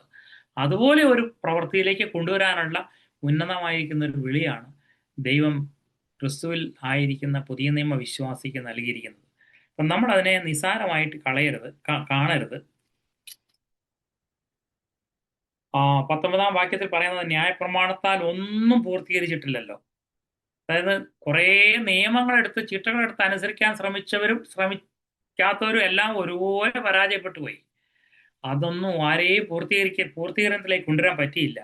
നാം ദൈവത്തോട് അടുക്കുന്നതിന് ഏറെ നല്ല പ്രത്യാശയ്ക്കായിട്ടൊരു സ്ഥാപനവും വന്നിരിക്കുന്നു. എന്ന് വെച്ചാൽ ക്രിസ്തുയേശുവിലൂടെ നമുക്ക് ഏറെ പ്രത്യാശ തരുന്നതായിരിക്കുന്ന ഒരു രക്ഷയുടെ ദൂതാണ് ദൈവം നമുക്ക് നൽകിയിരിക്കുന്നത്. അതുകൊണ്ട് നമുക്ക് ഈ വലിയ ഒരു പ്രത്യാശയെ നമ്മൾ ഹൃദയത്തിന്റെ ആഴത്തിൽ നിന്ന് സ്നേഹിക്കുകയും അത് ഏത് വിധേനയും സ്വന്തമാക്കാൻ വേണ്ടിയിട്ട് നമ്മൾ ശ്രമിക്കുകയും ചെയ്യണം. അപ്പൊ ഇങ്ങനെയുള്ള ശ്രമത്തിനിടയിൽ എന്തിനെയാണ് നമ്മൾ ഉപേക്ഷിച്ച് കളയേണ്ടത്? നമ്മൾ അറിഞ്ഞല്ലോ, നമുക്ക് നമ്മുടെ പുതിയ നിയമത്തിലെ എല്ലാ ശുശ്രൂഷയും ദൈവത്തിന്റെ ജീവനിൽ നിന്ന് ശുശ്രൂഷിക്കുന്ന ഒരു ശുശ്രൂഷയായിരിക്കണം. നമ്മുടെ തെരഞ്ഞെടുപ്പുകൾ ജീവനിൽ നിന്നുള്ളതായിരിക്കണം. നമ്മുടെ മൂല്യനിർണ്ണയങ്ങളും ഈ അകത്തെ ജീവൻ ഏത് രീതിയിൽ പ്രതികരിക്കും എന്നുള്ള അടിസ്ഥാനത്തിലാണ് ഒരു വസ്തുവിന്റെ മൂല്യത്തെ നിർണ്ണയിക്കുന്നത്. നമ്മൾ സാധാരണഗതിയിൽ പലപ്പോഴും ഒരു കാര്യത്തെ നമ്മൾ വിവേചിക്കുന്നതല്ല, ഒരു വിലയിരുത്തുന്നത് പലപ്പോഴും അതിന്റെ ഔട്ട്വേർഡ് എക്സ്പ്രഷൻസ് ഒക്കെ നോക്കിയിട്ടാണ്. ഒരു വ്യക്തിക്ക് താലന്തുണ്ടെങ്കിൽ അദ്ദേഹത്തെ നമ്മൾ ബഹുമാനിക്കും, പ്രസംഗിക്കാനുള്ള പാഠം ഉണ്ടെങ്കിൽ ബഹുമാനിക്കും, അങ്ങനെ പല കാര്യങ്ങളിൽ പോകും. അതുപോലെ ഒരു സാധനം മാർക്കറ്റിൽ വാങ്ങാൻ പോയാൽ കാണാൻ ഭംഗിയുള്ളതാണെങ്കിൽ വാങ്ങും. അതുപോലെ അതിന് വലിപ്പം കൂടുതലുണ്ടെങ്കിൽ വാങ്ങും. അതിന് മൂല്യം കുറവാണെങ്കിൽ പോലും വലിപ്പത്തിലൊക്കെയാണ് നമ്മൾ ചിലപ്പം വാങ്ങിക്കൊണ്ട് വരുന്നത്. പണ്ടൊരിക്കൽ ഞാനൊരു വലിയ ചക്കയും വാങ്ങിക്കൊണ്ട് വന്നു. അവസാനം അത് പൊങ്ങച്ചക്കയായിരുന്നു, ചിലർക്ക് ചകിണിയായിരുന്നു അതിൻ്റെ ഉള്ളിൽ കൂടുതലുണ്ടായിരുന്നത്. അപ്പം ഇതുപോലെയുള്ള പല അർത്ഥങ്ങളും നമ്മൾ കാട്ടിക്കൂട്ടും. Because we are evaluating things with a wrong measuring stick. അപ്പൊ അങ്ങനെ നമ്മൾ ഒരു തെറ്റായിരിക്കുന്ന ഒരു വസ്തു കൊണ്ട് അളക്കുമ്പോൾ തെറ്റായിരിക്കുന്ന നിഗമനങ്ങളിൽ നമ്മൾ എത്തിച്ചേരും. അപ്പൊ ദൈവത്തിന്റെ ജീവനോടുള്ള ബന്ധത്തിലാണോ ഞാൻ വളരുന്നെന്നുള്ളത് ആണ് നമ്മുടെ ജീവിതത്തിലെ ആത്മീയ വളർച്ചയുടെ ഏക നിദാനം. മനുഷ്യൻ എന്നോട് എന്ത് പറയുന്നു, അല്ലെങ്കിൽ മറ്റു സഹോദരന്മാരെ, എനിക്ക് നേരത്തെ ഞാൻ ചിലപ്പം വല്ലപ്പോഴും ഒക്കെ പ്രാർത്ഥിക്കാം, ഇപ്പൊ എന്നോട് എല്ലാ ആഴ്ചയിലും സഭ നടത്തുന്ന ആൾ പ്രാർത്ഥിക്കാൻ പറയുന്നുണ്ട്, അതുകൊണ്ട് ഞാൻ വളരണം എന്ന് അർത്ഥമില്ല. അതെല്ലാം മനുഷ്യരുടെ മുമ്പാകെയുള്ള ഒരു കാര്യമാണ്. ദൈവത്തിന്റെ ജീവന്റെ നിറവ് എൻ്റെ ജീവിതത്തിൽ എത്രത്തോളം വരുന്നു, അതെൻ്റെ ജീവിതത്തിൽ ആത്മീയ സന്തോഷത്തെ തരും. സന്തോഷം എന്ന് പറയുന്നത് പാട്ട് പാടുമ്പോൾ മാത്രമുള്ള സന്തോഷമല്ല, അല്ലെങ്കിൽ ഒരു മീറ്റിംഗിൽ ഇരിക്കുമ്പോഴുള്ള ഒരു സന്തോഷമല്ല. മറിച്ച് ക്രിസ്തുവിന്റെ ജീവനോടുള്ള ബന്ധത്തിൽ കൂട്ടായ്മ ആചരിക്കാൻ പറ്റുന്നത് വഴിയും ക്രിസ്തുവിന്റെ ജീവന്റെ നിറവ് എൻ്റെ ജീവിതത്തിൽ നിറയുന്നത് എനിക്ക് അനുഭവിക്കാൻ കഴിയും. ആ നിറവും തരുന്നതായിരിക്കുന്ന ഒരു സന്തോഷമുണ്ട്. അത് സാഹചര്യത്തോട് ബന്ധപ്പെട്ട് കിടക്കുന്നതല്ല, അത് ആത്മാവിന്റെ ജോയിയാണ്. അത് നശിപ്പിക്കാൻ പറ്റത്തില്ല ആർക്കും. അപ്പം നമ്മൾ ഒരുപക്ഷെ മറ്റുള്ളവർ നമ്മളെ തല്ലുമ്പോഴോ അല്ലെങ്കിൽ മറ്റുള്ളവർ നമ്മളെ നിന്ദിച്ച് പറയുമ്പോഴോ തെറ്റായിട്ട് നമ്മുടെ മേൽ കുറ്റങ്ങൾ ആരോപിക്കുമ്പോഴോ അകത്ത് നിന്നിട്ട് ഇതൊരു സന്തോഷത്തിലേക്കാണ് പോകുന്നത്. അപ്പം നമ്മുടെ അങ്ങനെയുള്ള ഒരു ജീവന്റെ തുടിപ്പും അളവും വർദ്ധിച്ചു വരികയാണെങ്കിൽ നമ്മൾ ആത്മീയ ജീവിതത്തിൽ വളരുന്നവരാണ്. അങ്ങനെയുള്ളവരെ കൊണ്ടാണ് ചർച്ച് പണിയാൻ പറ്റുന്നത്. അപ്പൊ ചർച്ചിനകത്ത് എനിക്ക് ശുശ്രൂഷ ഉണ്ടാകുന്നത് എന്തിന്റെ അടിസ്ഥാനത്തിലാണ്? എൻ്റെ നാച്ചുറൽ ആയിരിക്കുന്ന ഒരു ടാലന്റിന്റെ അടിസ്ഥാനത്തിലല്ല, മറിച്ച് നമ്മുടെ ഉള്ളിൽ നിക്ഷിപ്തമായിരിക്കുന്ന ആത്മീയ ജീവന്റെ, ദൈവത്തിന്റെ ജീവന്റെ, നശിപ്പിക്കപ്പെടാത്ത ജീവന്റെ അളവനുസരിച്ചാണ് ശുശ്രൂഷ ഉണ്ടാകുന്നത്. അപ്പൊ ശുശ്രൂഷ എന്ന് പറഞ്ഞാൽ എന്താണ്? ഞാൻ പറയുന്ന വാക്കുകൾ ദൈവം വേറൊരാളുടെ ഹൃദയത്തിൽ എഴുതി കൊടുക്കുന്നതിനെയാണ് നമ്മൾ ഈ ദൈവം സപ്പോർട്ട് ചെയ്യുന്നു അല്ലെങ്കിൽ ദൈവം അദ്ദേഹത്തെ താങ്ങി എന്നൊക്കെ പറയുന്ന വാക്കുകൊണ്ട് ഉദ്ദേശിക്കുന്നത്. അപ്പൊ എൻ്റെ വാക്കുകൾക്ക് ദൈവം ഒരു അണ്ടർലൈൻ കൊടുക്കുകയാണ്, ഒരു അതോറിറ്റി കൊടുക്കുകയാണ്. ദൈവം എൻ്റെ വാക്കുകൾക്ക് ഒരു ശക്തി പകരുകയാണ്. അത് വേറൊരാളുടെ ജീവിതത്തിൽ ദൈവം തൻ്റെ കൈവിരൽ കൊണ്ട് എഴുതി കൊടുക്കും. അപ്പൊ അതിൻ്റെ അർത്ഥം ആ കേട്ട വചനം അവർക്ക് ഉപകാരമായി തീരുന്നു. വേറെ സിമ്പിളായി പറഞ്ഞു കഴിഞ്ഞാൽ അങ്ങനെ അത് ഉപകാരമായി തീരുക എന്ന് പറയുമ്പോൾ അയാളുടെ ഉള്ളിൽ ചലനം സൃഷ്ടിക്കുന്നു, ഡ്രൈവ് ഉണ്ടാക്കുന്നു, അദ്ദേഹത്തിന് ചില കാര്യങ്ങൾ വെളിച്ചം കൊടുക്കുന്നു. ഇരുട്ടിൽ വെളിച്ചം ഉണ്ടാകട്ടെ എന്ന് കൽപ്പിച്ച ദൈവം മറ്റുള്ളവരുടെ ഹൃദയങ്ങളിൽ വെളിച്ചത്തെ പകർന്നു കൊടുക്കാൻ വേണ്ടി ഞങ്ങൾക്ക് ശുശ്രൂഷ ചെയ്തതെന്ന് നമ്മൾ കൊരിന്ത്യർ ലേഖനത്തിൽ വായിക്കുന്നുണ്ട്. അപ്പം കർത്താവ് യേശു ക്രിസ്തുവിന്റെ ജീവനെ എൻ്റെ അളവിൽ എത്രത്തോളം ഉണ്ടോ അത് മറ്റുള്ളവരിൽ, അത് മാത്രമേ മറ്റുള്ളവർക്ക് വെളിച്ചമാകുന്നുള്ളൂ. അപ്പൊ എൻ്റെ അടുത്ത് 5% ഉള്ളെങ്കിൽ ഞാൻ സംസാരിച്ച വചനത്തിനകത്ത് നിന്ന് 5% മാത്രമേ ലൈറ്റ് വേറൊരാൾക്ക് കിട്ടത്തുള്ളൂ. അപ്പൊ അങ്ങനെയുള്ള ഒരു വളർച്ചയിലേക്കാണ്, ശുശ്രൂഷയിലേക്കുമാണ് ദൈവത്തിന്റെ സഭ പോകേണ്ടത്. ഇങ്ങനെയുള്ളൊരു സഭയുടെ മേൽ പാതാളത്തിന്റെ ഗോപുരങ്ങൾക്ക് ജയിക്കാൻ പറ്റില്ല. പാതാളത്തിന്റെ ഗോപുരം എന്ന് പറഞ്ഞാൽ പിശാചിന്റെ പണികൾ, അവന്റെ പ്രവൃത്തിക്കോ പണിക്കോ അതിന്മേൽ ജയിക്കാൻ പറ്റില്ല. നമുക്കറിയാം, നമ്മൾ ക്രിസ്തീയത്തിൽ നമ്മളിങ്ങനെ കുറച്ചങ്ങോട്ട് മുന്നോട്ട് പോയി കഴിയുമ്പോൾ, വാസ്തവത്തിൽ നമ്മൾ കുറച്ചൊക്കെ വളർന്നു കഴിയുമ്പോൾ നമ്മുടെ ഉള്ളില് ഈ ആനുപാതികമായിട്ട് നമ്മളെക്കുറിച്ചുള്ള ഒരു വെളിച്ചോടെ കിട്ടിയില്ലേ, നമ്മൾ പെട്ടെന്ന് നിഗളികളായി പോകും. നമുക്ക് ഉന്നതഭാവം വരും, നമ്മുടെ തലയ്ക്ക് കനം വരും, നമ്മൾക്ക് വേണ്ട വിധത്തിലുള്ള ബഹുമാനമൊന്നും ആരും തന്നില്ലെങ്കിൽ നമ്മൾ ഉള്ളിൽ കൂടെ ആണെങ്കിലും നീരസപ്പെടാനായിട്ട് തുടങ്ങും. പല കാര്യങ്ങളുണ്ട്. ഇപ്പൊ അങ്ങനെ നമുക്ക് അത് അപ്പൊ അത് എന്തുകൊണ്ടാണ് അങ്ങനെ സംഭവിക്കുന്നത് വെച്ചാൽ, അശ്രുദൃഷ്ടിയിലേക്ക് നമ്മൾ പ്രവേശിക്കുമ്പോഴാണ് നമ്മുടെ കണ്ണ് കുരുടായി തുടങ്ങി. അതായത് നമുക്ക് കൂടുതൽ വെളിച്ചം, നമ്മളുടെ ജഡത്തിൽ ടൺ കണക്കിന് അഴുക്ക് കിടപ്പുണ്ട്. നമ്മൾ വിചാരിക്കുന്നവരെ ഒരു 4-5 പാവങ്ങളൊക്കെ ജയിച്ചാലൊന്നും ഒന്നും എത്തുന്നില്ല, എവിടെയൊന്നും എത്തുന്നില്ല. കോടിക്കണക്കിന് പാപം എന്ന് പറയുമ്പോൾ രണ്ടർത്ഥമുണ്ട്. പാപം ഒരു പ്രവൃത്തിയായിട്ടുള്ളതുണ്ട്, പാപം എന്ന് പറയുന്ന നൗൺ ഫോം ഉണ്ട്. ന്യായപ്രമാണം വഴിയാണ് പാപത്തെക്കുറിച്ച് അറിവ് വരുന്നത്. എന്നാൽ ന്യായപ്രമാണം ഇല്ലാതിരുന്നപ്പോഴും പാപം മനുഷ്യരെ മേൽ വാണു എന്ന് നമ്മൾ വേദപുസ്തകത്തിൽ വായിക്കുന്നു. ന്യായപ്രമാണം ഇല്ലാതിരുന്നപ്പോഴും പാപം ആദം തൊട്ട് മോശ വരെ വാണു. അപ്പോൾ ഈ പാപം എന്ന് പറഞ്ഞ പ്രകൃതി വാണു എന്ന് അതിൻ്റെ അർത്ഥം, നൗൺ ഫോം. അപ്പൊ നമ്മുടെ ഉള്ളിൽ പാപം വസിക്കുന്നുണ്ട്. അപ്പൊ നമ്മൾ അതിന്റെ 1-2 പ്രവൃത്തികളെയാണ് നമ്മൾ പാപമായിട്ട് എണ്ണിയിട്ട് അത് ജയിച്ചാൽ ഉടനെ ഞാൻ ഇപ്പൊ വലിയ കുഴപ്പമൊന്നുമില്ല കേട്ടോ വേറെ എന്നൊക്കെ പറയും. സത്യം പറഞ്ഞാൽ നമ്മുടെ പ്രകൃതിയെ കുറിച്ചുള്ള വെളിച്ചമാണ് നമുക്ക് കിട്ടുന്നത്. ആ വെളിച്ചം കിട്ടുന്ന ഒരാളെ പിശാചിനെ പെട്ടെന്ന് കൊണ്ടുപോയിട്ട് നിഗളിപ്പിച്ച് ഒരു കുഴിയിലൊന്നും വീഴിക്കാൻ പറ്റിയല്ല. കാരണം അവന്റെ പ്രകൃതി കുറിച്ച് നല്ല ബോധ്യം അവനുണ്ട്. ആ ആ പ്രകൃതിയെ, ആ സ്വഭാവം, ആ നേച്ചർ, ആ കിട്ടിയിരിക്കുന്ന നേച്ചർ പല തലങ്ങളിലൂടെ ഇങ്ങനെ തല പൊക്കുന്നത് ഇങ്ങനെ കണ്ടുകൊണ്ടിരിക്കും.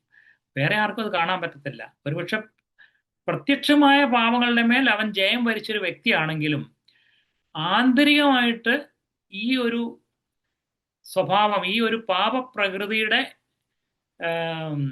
മുളകൾ ഇങ്ങനെ പൊങ്ങി വരുന്നത് അവന് കാണാൻ പറ്റും. ഒരു സംസ്കാരത്തിൽ വരുന്നതായ ഒരു പൊങ്ങച്ചം പറച്ചില്, അല്ലെങ്കിൽ കർത്താവ് എന്നെ ബ്രദറെ കഴിഞ്ഞ ആഴ്ച ഞാൻ ശരിക്കും പറഞ്ഞാൽ എനിക്ക് ഒന്നും വലിയ തിരക്കായിരുന്നു, പക്ഷെ ഞാനങ്ങ് സാക്ഷ്യം പറഞ്ഞപ്പോഴത്തേക്കും ദൈവം അതങ്ങ് അനുഗ്രഹിച്ചു.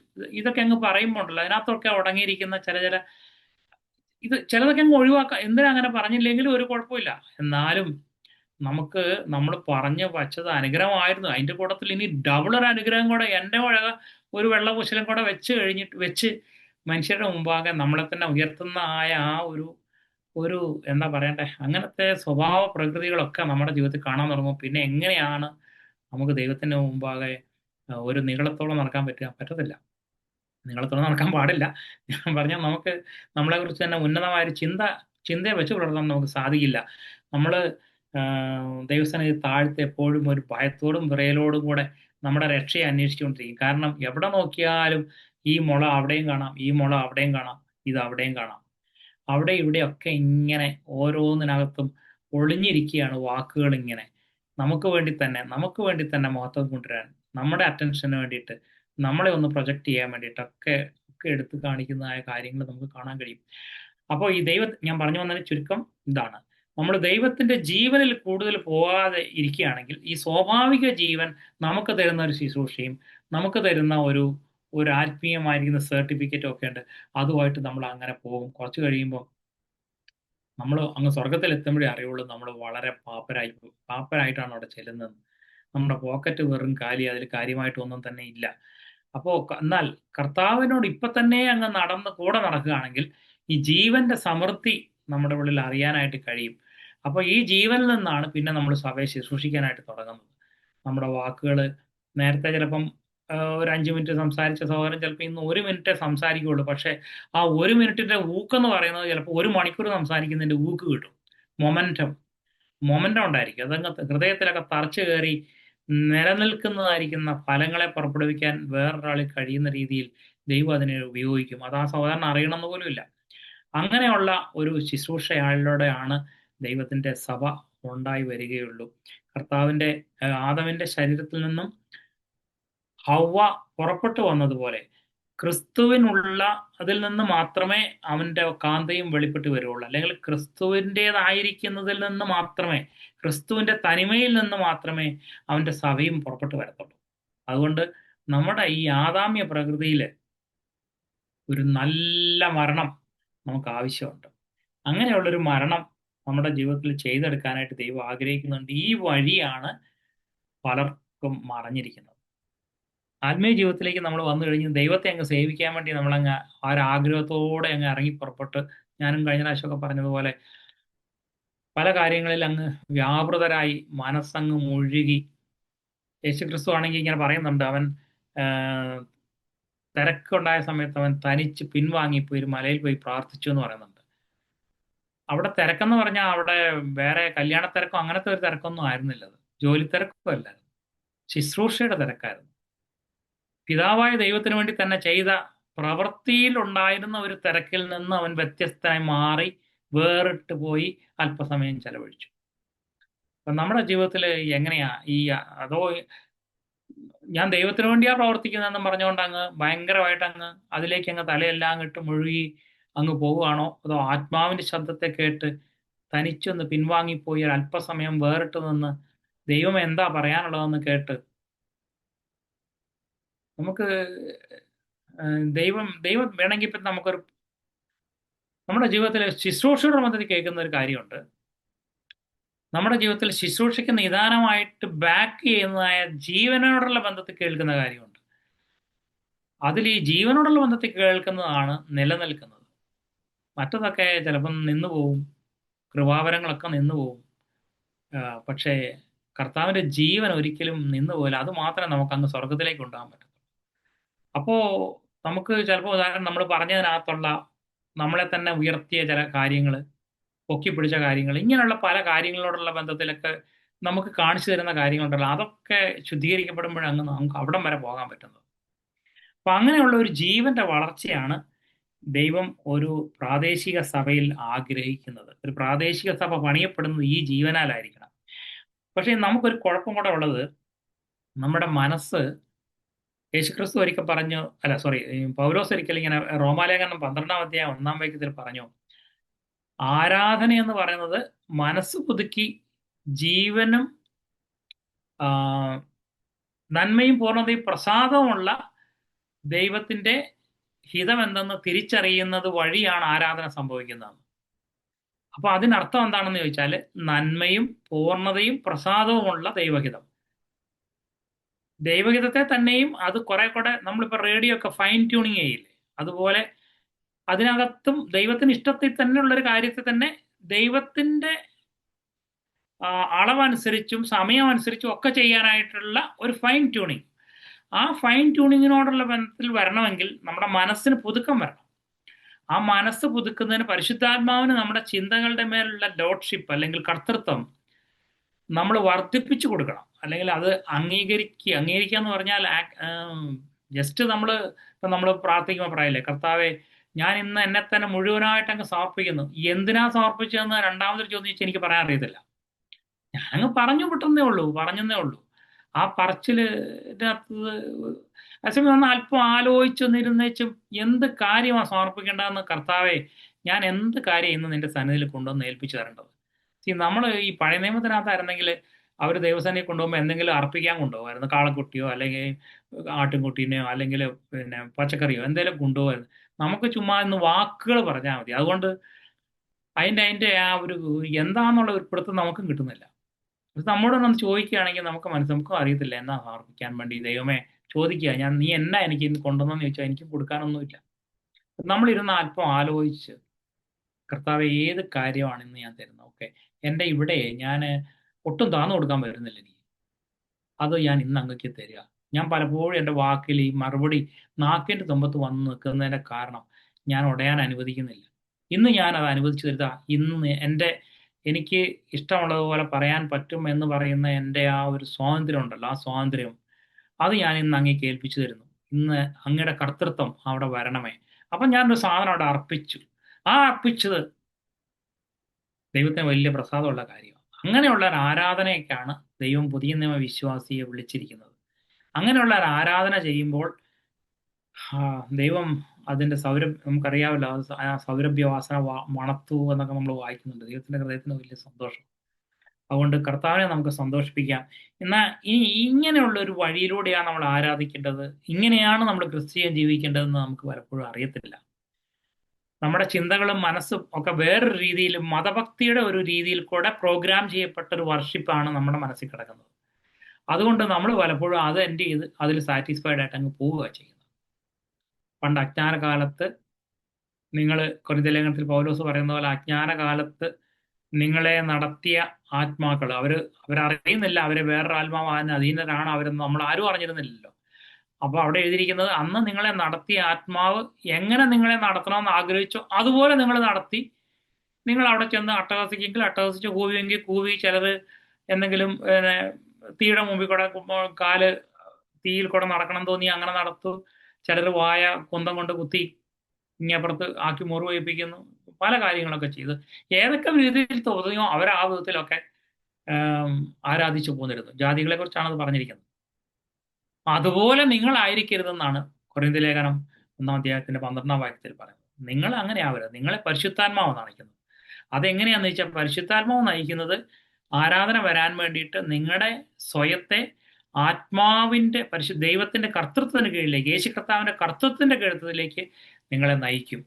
അതുകൊണ്ട് നിങ്ങൾ സുബോധമുള്ളവരായി തിരിച്ചറിഞ്ഞ് ആത്മാവ് എങ്ങോട്ടാണ് നയിക്കുന്നത് മനസ്സിലാക്കി ബോധപൂർവമുള്ള ആരാധന അർപ്പിച്ചുകൊണ്ട് ജീവിക്കുവിൻ എന്നാണ് പറയുന്നത്. ഇനി നമ്മൾ നേരത്തെ പറഞ്ഞതുപോലെ ഇതൊക്കെ നമ്മുടെ ജീവിതത്തിൽ നമ്മൾ റിലീജിയസ് ബാക്ക്ഗ്രൗണ്ടിൽ നിന്നായതുകൊണ്ട് ഇതിനൊന്നും ഈ രീതിയിലാണ് എന്ന് നമ്മൾ മനസ്സിലാക്കിയിട്ടില്ല. എന്നാൽ ഇങ്ങനെ മനസ്സിലാക്കുന്നവർക്കാണ് നമ്മുടെ ആത്മീയ ജീവിതത്തിൽ വളരാൻ പറ്റത്തുള്ളൂ. വളരുക മാത്രമല്ല, അവരെയാണ് ദൈവത്തിന്റെ നാമത്തിന്റെ പുകഴ്ചയ്ക്കും മഹത്വത്തിനുമായിട്ട് പിന്നീട് ഉപയോഗിക്കാനും ദൈവത്തിന്റെ പണിയിൽ, ദൈവത്തിന്റെ ഹൃദയത്തിന്റെ ഒരു സന്തോഷം. നമ്മൾ ദൈവത്താൽ ഉപയോഗിക്കപ്പെടേണ്ടതിന് വേണ്ടിയിട്ടും ചില കാര്യങ്ങൾ ചെയ്യാൻ പാടില്ല. കാരണം അതിലും ഒരു സെൽഫ് കിടപ്പുണ്ട്, ഒരു സെൽഫ് സാറ്റിസ്ഫാക്ഷൻ ഉണ്ട്. അതല്ല വേണ്ടത്. ദൈവത്തിന്റെ ഹൃദയത്തിന് സന്തോഷം എന്താണോ ആകുന്നത് അതാണ് ഞാൻ ആഗ്രഹിക്കാവുള്ളൂ. ഇപ്പോൾ കർത്താവ് ചിലരെയൊക്കെ, ഈ യോഹന്നാൻ 90 വയസ്സ് വരെ ജീവിച്ചു. എന്നാൽ ചില അപ്പോസ്തലന്മാർ, യാക്കോബൊക്കെ ഉടനെ മരിച്ചു, എസ്തഫാനോസ് പെട്ടെന്ന് മരിച്ചു. ഇങ്ങനെയുള്ള പലരും ഒക്കെ പെട്ടെന്ന് തന്നെ അങ്ങ് കൊല ചെയ്യപ്പെട്ടു പോയായിരുന്നു. അപ്പം ഒരാൾ പറയാം, എനിക്ക് അതല്ല ഇത്ര നാൾ ജീവിക്കണം എന്ന് പറഞ്ഞു കഴിഞ്ഞാൽ, നിനക്ക് വേണ്ടി ശുശ്രൂഷ ചെയ്യണമെന്ന് പറഞ്ഞാൽ ശുശ്രൂഷ ചെയ്യുന്ന നല്ല കാര്യം തന്നെ. പക്ഷേ ദൈവത്തിന്റെ പെർഫെക്റ്റ് വില്ലിൽ അതില്ല. പെർഫെക്റ്റ് വില്ലെന്ന് പറയുന്നതാണ് ദൈവത്തിന് സന്തോഷം കൊടുക്കുന്ന വിധം. നമ്മൾ തന്നെ പിള്ളേരോട് പറയുമ്പോഴത്തേക്ക് എടാ അത് ചെയ്യുമെന്ന് പറഞ്ഞു കഴിഞ്ഞ് ചെയ്യാതിരുന്ന്, അല്ലെങ്കിൽ ഒരു കാര്യത്തിന് വേണ്ടി അവൻ ആവശ്യപ്പെടുക, ഞാൻ പോട്ടെ അത് വാങ്ങിക്കോട്ടെ അത് വാങ്ങിക്കോട്ടെ, കുറെ ചോദിച്ചു കഴിഞ്ഞാൽ എന്നാൽ പോയി വാങ്ങുമെന്ന് പറയും. അതൊരു അനുവാദം ഉണ്ടെന്ന് വെച്ചാൽ ഉണ്ട്, പക്ഷെ അതൊരു പെർഫെക്റ്റും ഇല്ലല്ല. അത് എൻ്റെ ഹൃദയത്തിന് സന്തോഷമല്ല. അതുപോലെ ദൈവത്തിന്റെ ഹൃദയത്തിന് സന്തോഷം എന്താണെന്ന് നോക്കിയപ്പോൾ പെട്ടെന്ന് നീ മരിച്ചെന്ന് വരുന്നതാന്ന് പറഞ്ഞു. ഓക്കെ കർത്താവെ അതെന്ന് പറഞ്ഞ് ഞാനങ്ങ് ചെല്ലും. അങ്ങനെയുള്ള ഒരു ഒരു കർത്താവുമായിട്ടുള്ള ഒരു അഭേദ്യ ബന്ധം ആണ്. തന്റെ കാന്തയ്ക്ക് എപ്പോഴും അങ്ങനെയുള്ളൊരു ബന്ധമായിരിക്കും ഉണ്ടായിരിക്കുക. അങ്ങനെയുള്ളൊരു ബന്ധത്തിലേക്കാണ് ദൈവം നമ്മളെ വിളിച്ചിരിക്കുന്നത്. ഞാൻ ഇനി ഒരു ഉദാഹരണം കൂടെ പറഞ്ഞ് എൻ്റെ വാക്കുകളെ ഞാനിവിടെ അവസാനിപ്പിക്കാൻ ആഗ്രഹിക്കുകയാണ്. അത് ഉൽപ്പത്തി പുസ്തകത്തില് ഈ ജീവൻ നമ്മുടെ ജീവിതത്തിൽ എപ്പോഴാണ് വെളിപ്പെടുന്നത്, അത് വെളിപ്പെട്ടാലുള്ള പ്രയോജനം എന്താണ്, അതിനെക്കുറിച്ച് പറഞ്ഞിട്ട് ഞാൻ അവസാനിപ്പിക്കാം. 32-ാം അധ്യായം വെളിപ്പാട് പുസ്തകം, സോറി, ഉൽപ്പത്തി പുസ്തകം.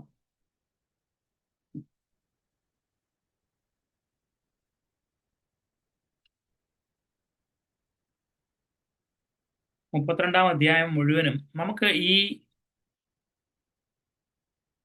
ആ 32-ാം അധ്യായത്തിലെ കാര്യം പറയുന്നതിന് മുമ്പ് ഈ യാക്കോബിനെ കുറിച്ച് ദൈവം ഒരു ഒരു പ്രവചനം കൊടുക്കുന്നുണ്ട്. ഞാൻ അതും കൂടെ ഒന്ന് വായിച്ചിട്ടാട്ടെ. 28-ാം അധ്യായത്തിലത്, ഇത് 32-ലാണ്, മറ്റു 4 അധ്യായം കൂടെ പുറകില്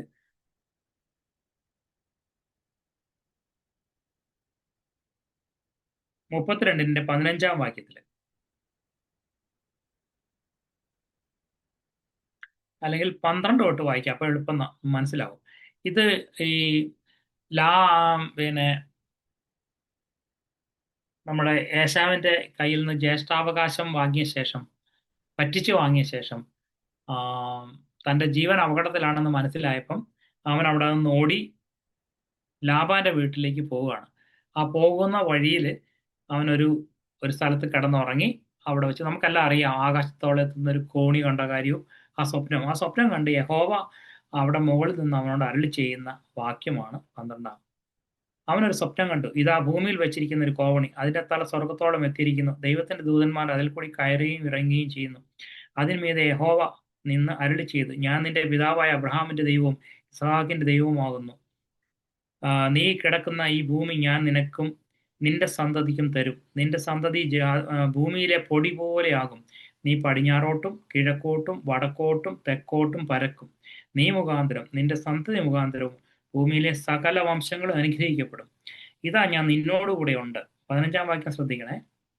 ഇതാ ഞാൻ നിന്നോടുകൂടെ ഉണ്ട്. നീ പോകുന്നിടത്തൊക്കെയും നിന്നെ കാത്ത് ഈ രാജ്യത്തേക്ക് നിന്നെ മടക്കി വരുത്തും. ഞാൻ നിന്നെ കൈവിടാതെ നിന്നോട് അരുളി ചെയ്ത് നിവർത്തിക്കും. ഞാൻ നിന്നെ കൈവിടാതെ നിന്നോട് അരുളി ചെയ്ത് നിവർത്തിക്കും. ഇംഗ്ലീഷിൽ പറയുന്നത് I will cause you to come back. അതല്ലെങ്കിൽ ഞാൻ നിന്നെ ഈ ഭൂമിയിലേക്ക് തിരിച്ചു വരുമാറാക്കും.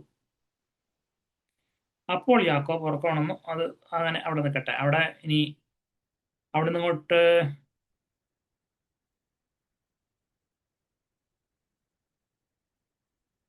16 കൂടെ വായിക്കാം. അപ്പോൾ യാക്കോബ് ഉറക്കമുണർന്നു, യഹോവ ഈ സ്ഥലത്ത് സത്യം, ഞാനോ അറിഞ്ഞില്ല എന്ന് പറഞ്ഞു. അവൻ ഭയപ്പെട്ടു. എത്തിക്കഴിഞ്ഞിട്ട് 20-ാം വാക്യം, യാക്കോബ് എന്തായാലും ഒരു ദൈവത്തിന്റെ ഒരു സ്വപ്നമൊക്കെ കണ്ടതല്ലേ, ശരി ഒരു നേർച്ച നേർന്നേക്കാം. നമ്മളും ചിലപ്പോ ഒക്കെ ഇങ്ങനെ ദൈവം ഉപകാരം ചെയ്തതല്ലേ, 10 രൂപ നേർച്ചപ്പെട്ടിയിൽ ഇട്ടേക്കാന്നൊക്കെ പറയുന്ന പോലെ യാക്കോബ് ഒരു നേർച്ച തന്നു, ദൈവം എന്നോടുകൂടി ഇരിക്കുകയും, വിശ്വാസം അന്നേരം വന്നിട്ടില്ല കേട്ടോ, കണ്ടീഷണൽ ആയിട്ടാണ് ദൈവത്തോട് പറയുന്നത്, ഞാൻ പോകുന്ന ഈ യാത്രയിൽ എന്നെ കാക്കുകയും ഭക്ഷിപ്പാൻ ആഹാരവും ധരിപ്പാൻ വസ്ത്രവും എനിക്ക് തരികയും, മെറ്റീരിയലായ കാര്യം മാത്രമേ പുള്ളി ചോദിക്കുന്നുള്ളൂ, എന്നെ എൻ്റെ അപ്പന്റെ വീട്ടിലേക്ക് സൗഖ്യത്തോടെ മടക്കി വരുത്തുകയും ചെയ്യുമെങ്കിൽ യഹോവ എനിക്ക് ദൈവമായിരിക്കും. കണ്ടീഷണലാ. ഞാൻ തൂണായി നിർത്തിയ ഈ കല്ല് ദൈവത്തിന്റെ ആലയവുമാകും. നീ എനിക്ക് തരുന്ന സകലത്തിലും ഞാൻ നിനക്ക് ദശാംശം തരും. അവനെ കൊടുക്കാന്ന് പറഞ്ഞിട്ടുമില്ല. ദൈവം എനിക്ക് എന്താ തരുന്നതെങ്കിൽ അതിനകത്ത് 90 ഞാൻ എടുത്തേച്ചും ബാക്കി 10 അങ്ങ് തന്നേക്കാന്നാ പറഞ്ഞത്. ഒരു ഒരു ഒരു ഒരു പുള്ളി ഒരു ശരിക്കും പറഞ്ഞ ഒരു റിലീജിയസ് പേഴ്സൺ ആ പുള്ളി. ദൈവത്തെ കൊണ്ട് എനിക്ക് എന്തെങ്കിലും കാര്യം ഉണ്ടോ എന്നുള്ളതാണ് പുള്ളിയുടെ ചിന്ത മുഴുവനും. അതിലാ പറഞ്ഞത്, ഇപ്പൊ നീ ശരിക്കും ദൈവമാണെങ്കിൽ ഈ പറഞ്ഞതൊക്കെ നടക്കുമെങ്കിൽ, എന്നെ ഇവിടെ തിരിച്ചു കൊണ്ടുവരുമെങ്കിൽ ഞാൻ നിന്റെ കൂടെ ഇരുന്ന് നിന്നെ മടക്കി വരുത്തുമെന്നാണല്ലോ പറഞ്ഞത്. അങ്ങനെയൊക്കെ ചെയ്യുകയാണെങ്കിൽ ഞാനൊരു പള്ളിയും പണിത് തരാം, തെരച്ചപ്പെട്ടിയിൽ കുറച്ച് പൈസ ഇട്ടേക്കാം, 100 രൂപ കിട്ടുന്നിടത്തൊക്കെ 10 രൂപ വെച്ച് ഞാൻ ഇടുകയും ചെയ്യും. ഇങ്ങനെയുള്ളൊരു മനുഷ്യനായിരുന്നു ഈ മനുഷ്യൻ.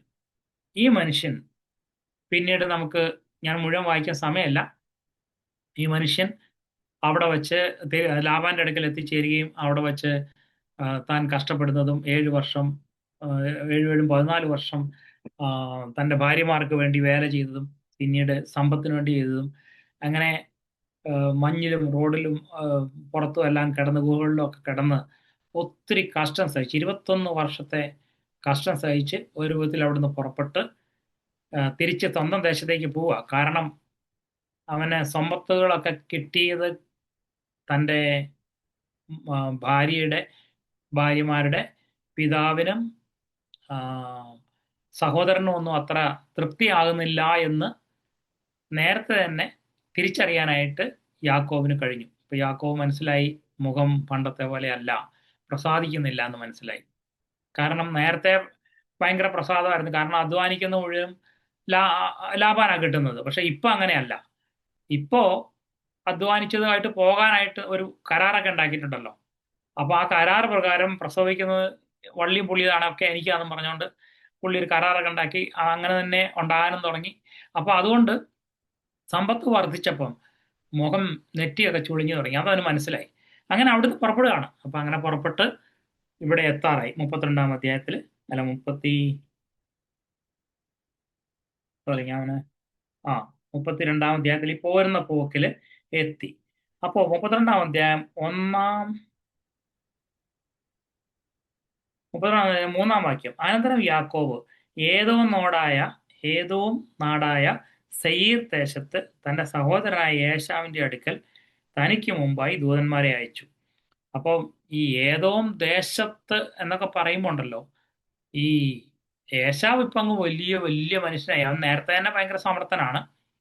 അതിന്റെ കൂട്ടത്തില് അവനിപ്പം ഒത്തിരി സ്ഥലങ്ങളൊക്കെ പിടിച്ചടക്കി ആ ദേശം മുഴുവൻ ഒരു കുഞ്ഞു രാജാവായിട്ട് വാഴുക. അപ്പോൾ അങ്ങനെ ദൂതന്മാരെ അയച്ചപ്പോൾ അവൻ ഇതാ കേൾക്കുന്നു, ഏശാവ് 400 ആളുമായിട്ട് തന്നെ എതിരേറ്റ് വരുന്നതായിട്ട് അറിഞ്ഞു.